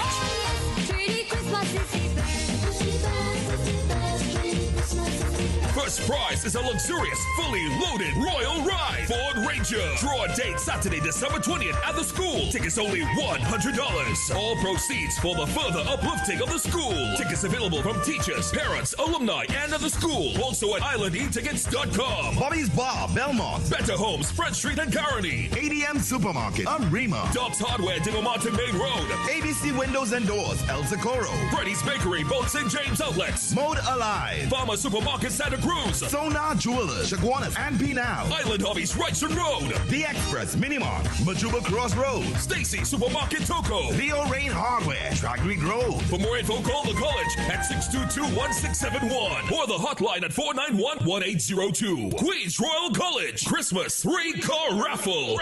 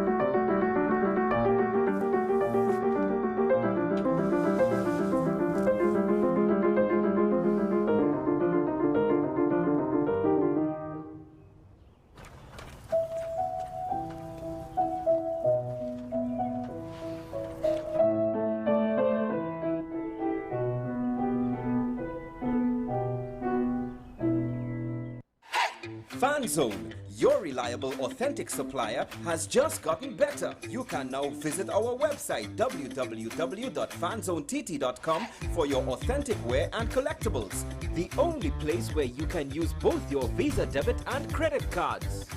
Visit our website fanzonett.com to make your purchase today. Take some time for yourself or spend some time with the family at Sandy Point Village Hotel. Enjoy our various studio and suite apartments, self-contained with their own kitchenettes and Wi-Fi. We also have our famous 100-foot swimming pool and our beachfront restaurant, the Steak and Lobster Grill. And our location in Crown Point puts us near the center of activity from the nylon pool to the local nightlife. Call us and make your reservations at 639-8533, 389-2378 or email us at sandypointvillagehotel@gmail.com. The home of Caribbean content is growing, and we welcome you to be a part of the #1 platform for young personalities who are driven to make a positive impact in society. As we continue to reach every corner of Trinidad and Tobago through our daily broadcasts, our social media pages, or through our 75+ digital billboards across the nation, contact us to learn about our competitive rates via marketing at wesncc.com or call us at 628-5835. WESN Content Capital, television with a difference. Win a brand new ride for Christmas in a 3-car raffle organized on behalf of Queen's Royal College. First prize is a luxurious, fully loaded Royal Ride Ford Ranger. Draw a date Saturday, December 20th at the school. Tickets only $100. All proceeds for the further uplifting of the school. Tickets available from teachers, parents, alumni, and of the school. Also at ICNTT.com. Legends Sports Bar, Point Fortin, Sings Liquor Mart, Barnes Road. Mileage Mac, Port Spain, and San Fernando. Pitt Street Market, Aripit Avenue. Mepco, Marabal. Tony's Hardware, Belmont. Shane's Supermarket, Aruka. Hot Shop, Mukurapa Road. St. James Pharmacy, opposite the Police Barrack. Icebox, Riverside Road, Giraffe. Diamond Discount Hardware, both outlets. Color Shop, Diggle Martin and St. James. Juma Supermarket, Valencia. MS Food City, Tebe. For more info, call the college at 622-1671 or the hotline at 491-1802. Queen's Royal College, Christmas 3-car raffle. WESN.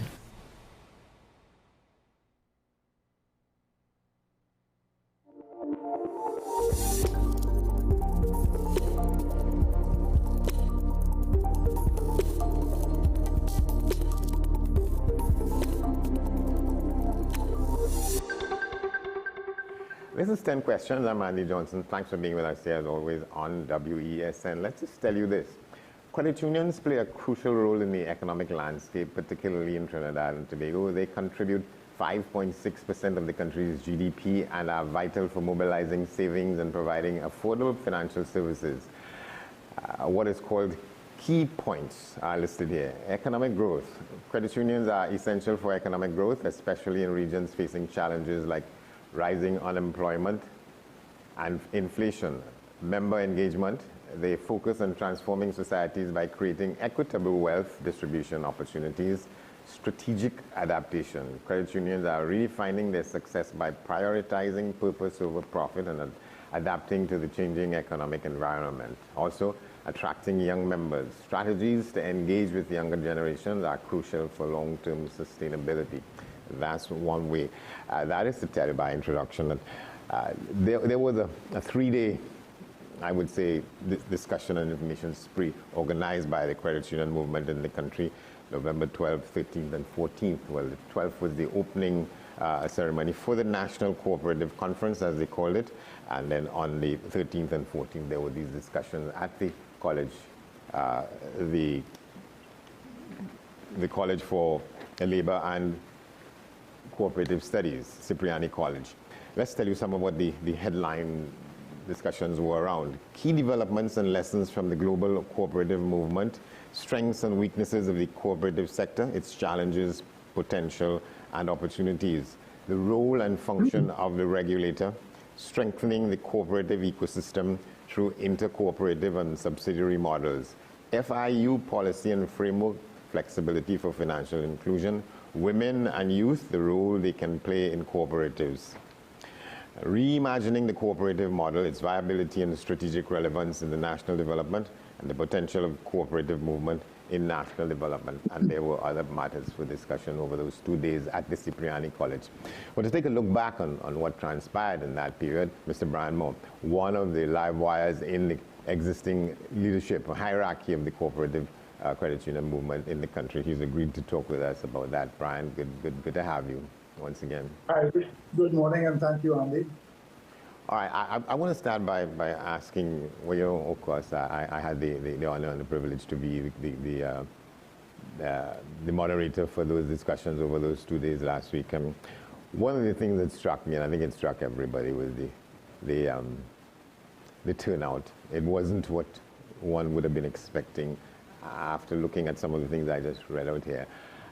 Give us a sense of what that may have meant to people like yourself, and why was that? Why was it such an underwhelming sort of turnout for sessions such as these? Well, let me begin by saying, Andy, that in the sector, for events like this, we have found that the turnout is never, ever overwhelming. Having said that, we too are a little disappointed that many more credit union members and credit union officials didn't take the opportunity to be present and to contribute at an important forum as this was for the cooperative sector. In addition, I suppose like you find in any other sector, unfortunately, the umbrella body for credit unions, which is the Cooperative Credit Union League of Trinidad and Tobago, for some reason took the position that they would not support the endeavor and they would, to be blunt, discourage as many people as possible from attending.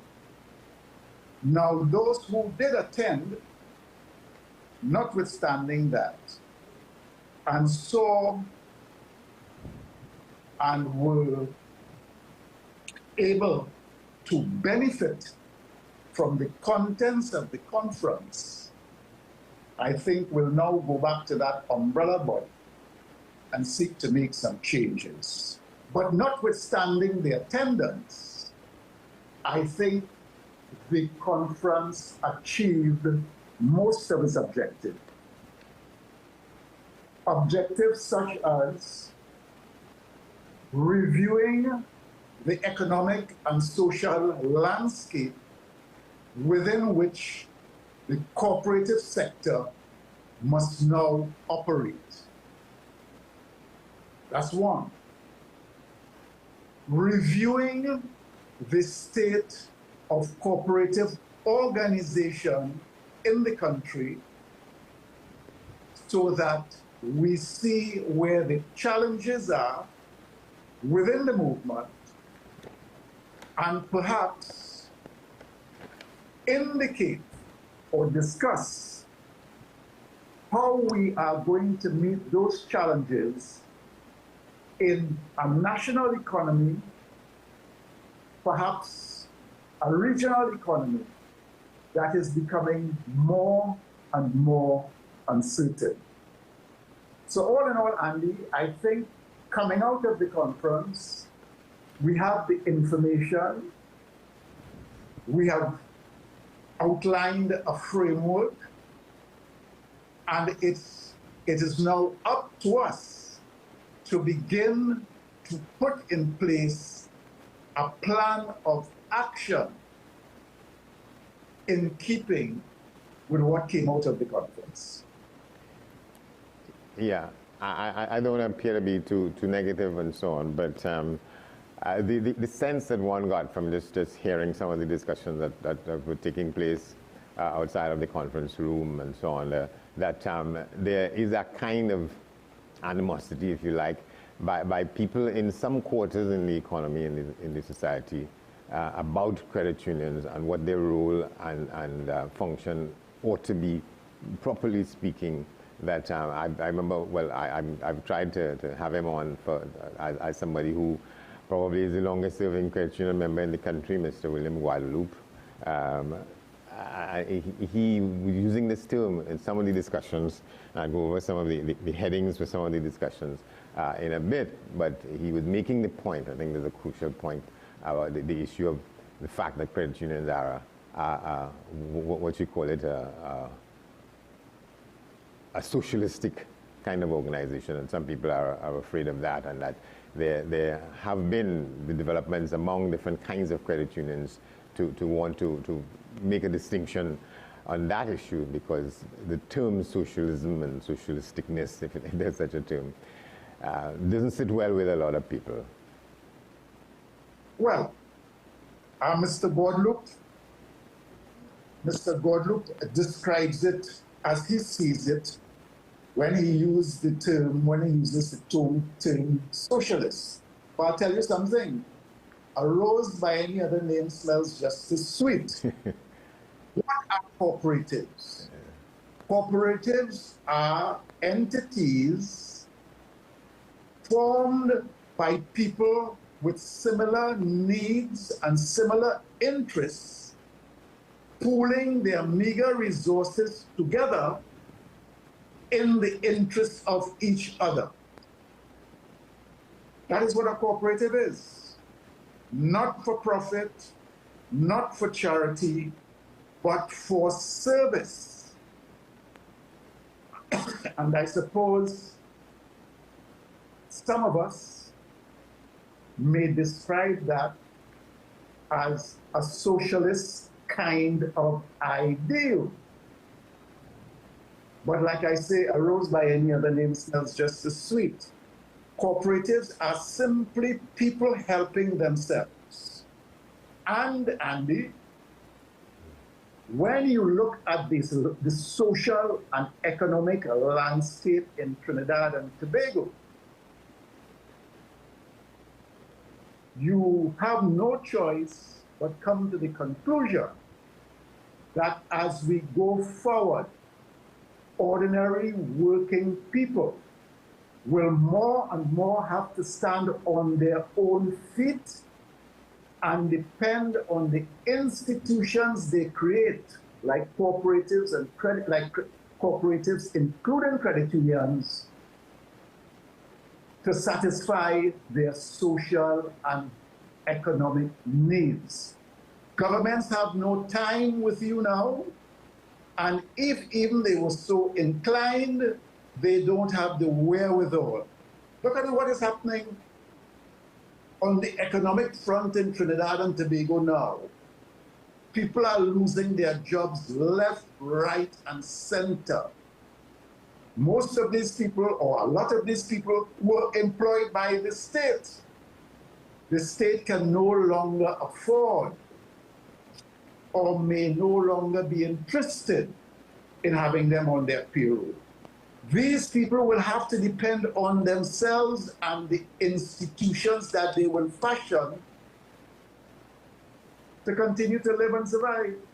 And that is what cooperatives are. And that is why we thought this conference was so important, to survey the landscape and to see what needs to be done to provide more and more platforms for ordinary working people to take their destiny in their own hands. And this conference laid a kind of foundation from which we will build entities, we will disseminate information, and we will formulate plans to try to ensure that the powers that be are aware that what some people call a sleeping giant will slowly shake itself awake. Yeah, I want to go to the end of the proceedings on the second day about it. That would have been November 14th, and at the end of all the presentations and so on, there was, and you can put it in perspective for us, a call, what I would suggest might be a call to action. Somebody was, trying to formulate a national statement out of the 2 days of discussions. Can we talk a little bit about that and how that gets to go forward? One imagines that at the end of the day, when it is distilled and when it is refined, it will go out for acceptance by key stakeholder interests, where the government and business people in the society. Is that correct? That is correct, and as we speak, we are working on refining that call to action, and we are also working on building a work plan, because we don't want the conference to have been just a talk show. Arising out of the conference, there will be a definite plan of action, because we are looking in the first instance at a 12-month horizon. And at the end of that 12 months, we are planning to reconvene so that we can measure the progress we have made from now over those 12 months.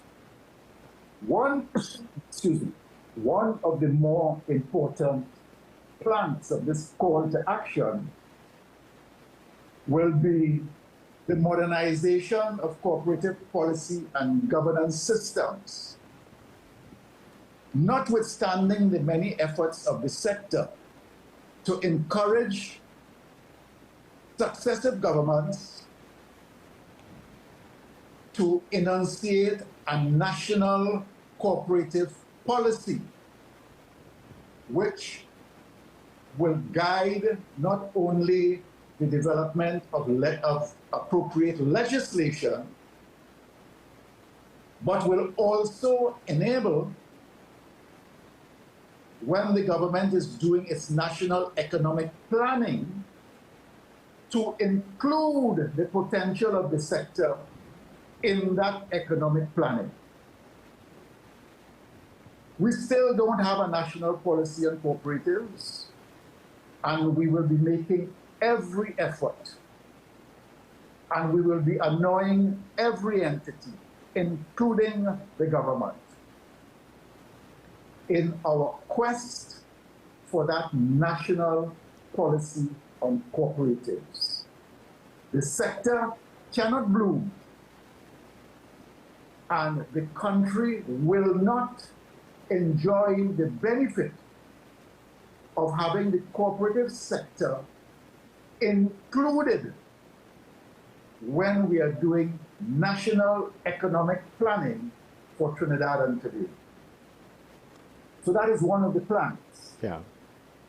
Another of the plans is public awareness, cooperative education, and democratic engagement.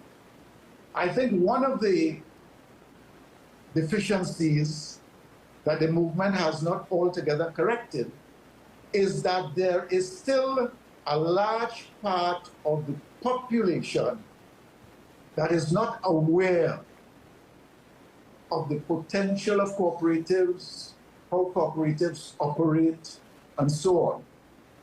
And we want to take care of that lacuna, and that will be another plank of the call to action and the work plans to achieve that. Another one, for example, is the business of artificial intelligence. More and more, it appears that artificial intelligence will become an important ingredient in how entities, governments, business, everybody operates. And the sector must not be left behind where that is concerned. So we'll be paying particular attention to that as well. And let me give you one final example of the plans we are working on. Yeah. Empowerment of youth as cooperative innovators and leaders for the sustenance and growth and expansion of this movement, this sector. We have to find ways of bringing the younger cohort into the sector. They are the ones who understand and will have to operate in the environment, the technology environment, the financial environment going forward. So we have to bring them in. That would be another important plank in our plan, in our work plans over the next 12-month period, like I see. So Andy, I was just giving you a flavor there. I will stop there. There are other but that is just to give an indication as to where we're going with this thing.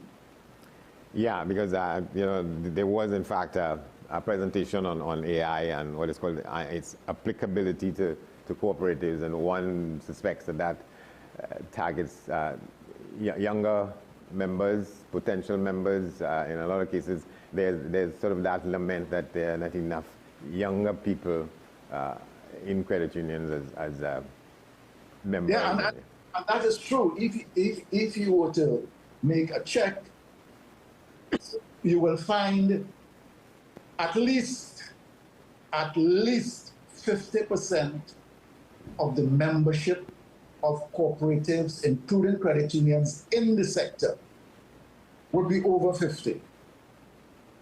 And I'm being very conservative. So that is a matter we have to attend to. Yeah. There was a presentation on strengthening the cooperative ecosystem through intercooperative and subsidiary models delivered by a man named Brian Tangwell, strengthening the cooperative ecosystem through intercooperative and subsidiary models. Explain that to someone who's looking at it. Yeah, go ahead. One of the reasons why we are looking for legislative reform of the legislation that supervises or regulates credit unions is because it limits the scope of what credit unions can do. Some credit unions, what some credit unions have done is to open limited liability companies under the Companies Act to do things such as property development and other types of business. Now, when you look internationally, some of the largest entities are cooperative entities.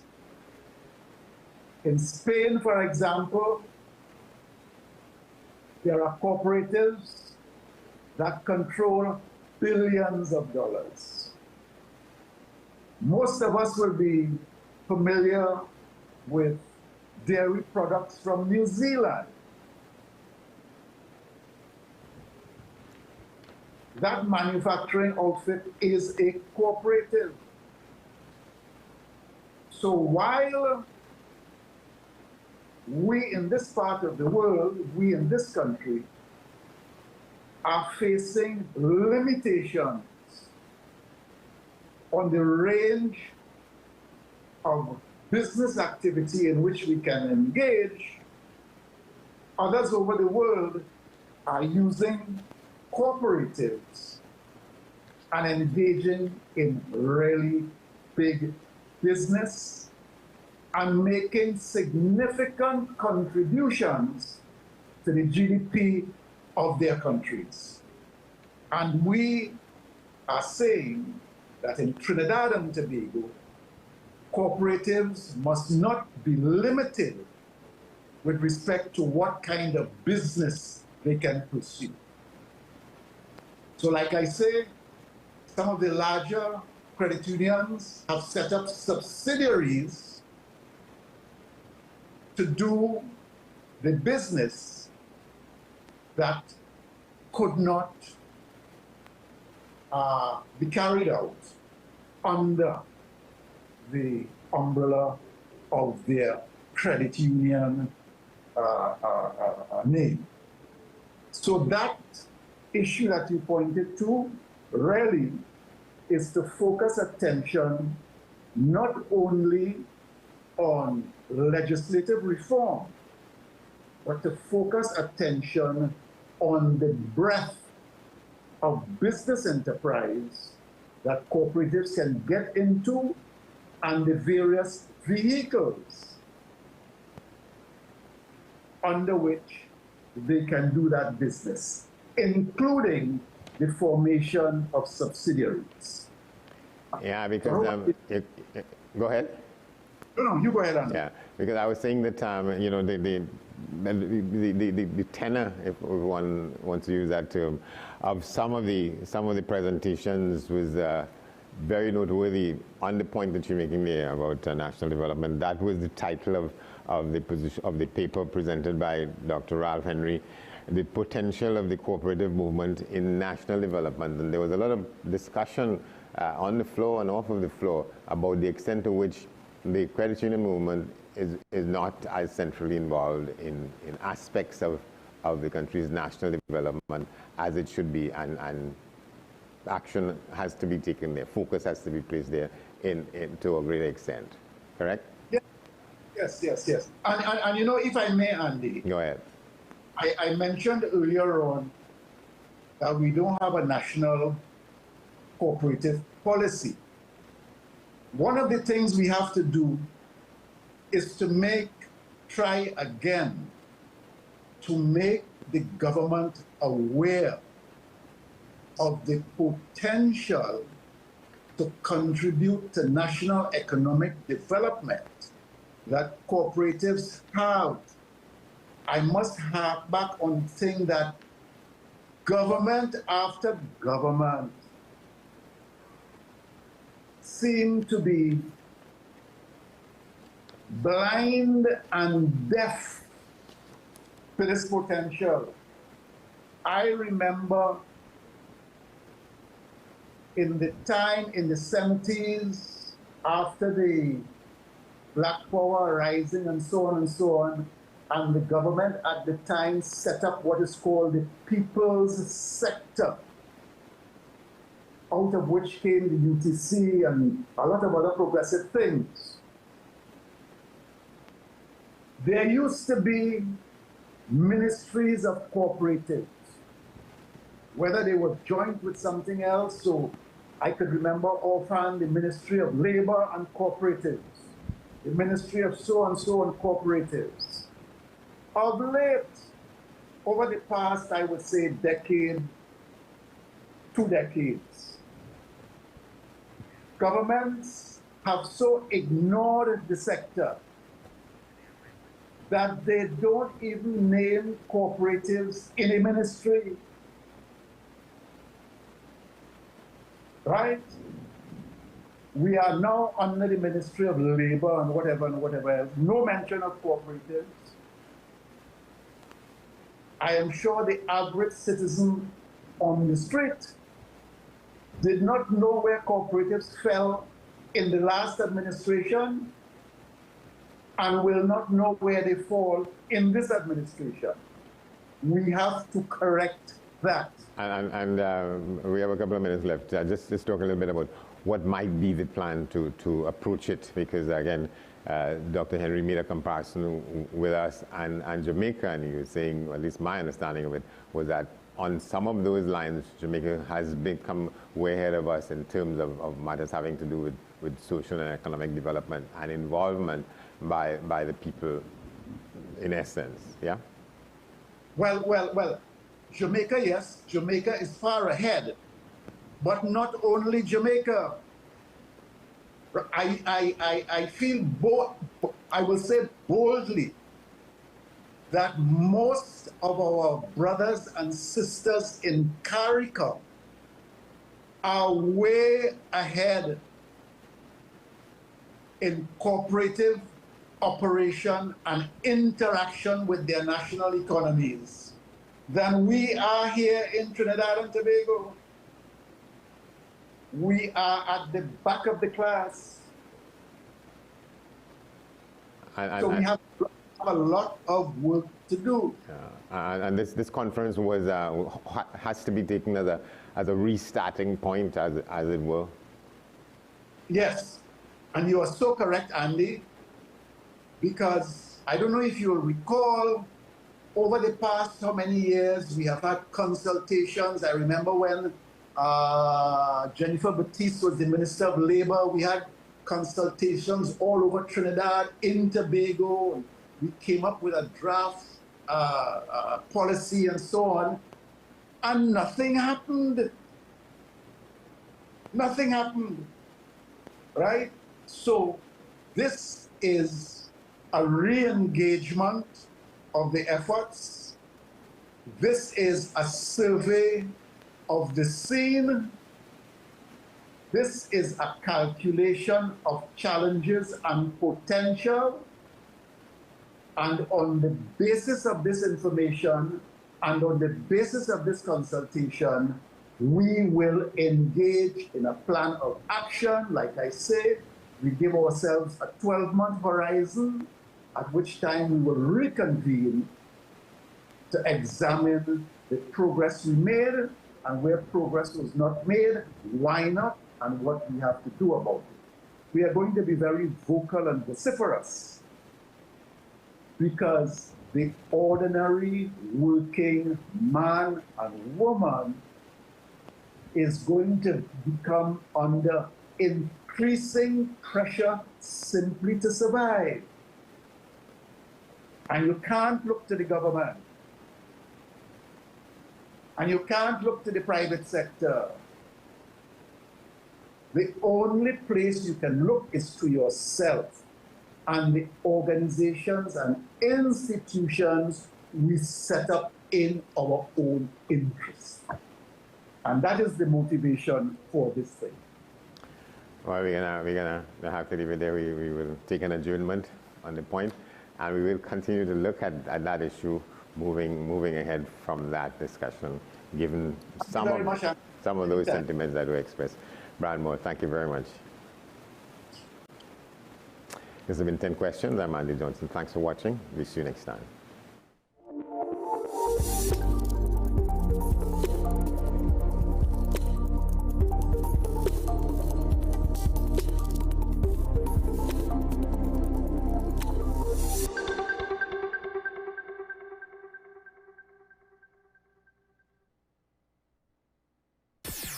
WESN.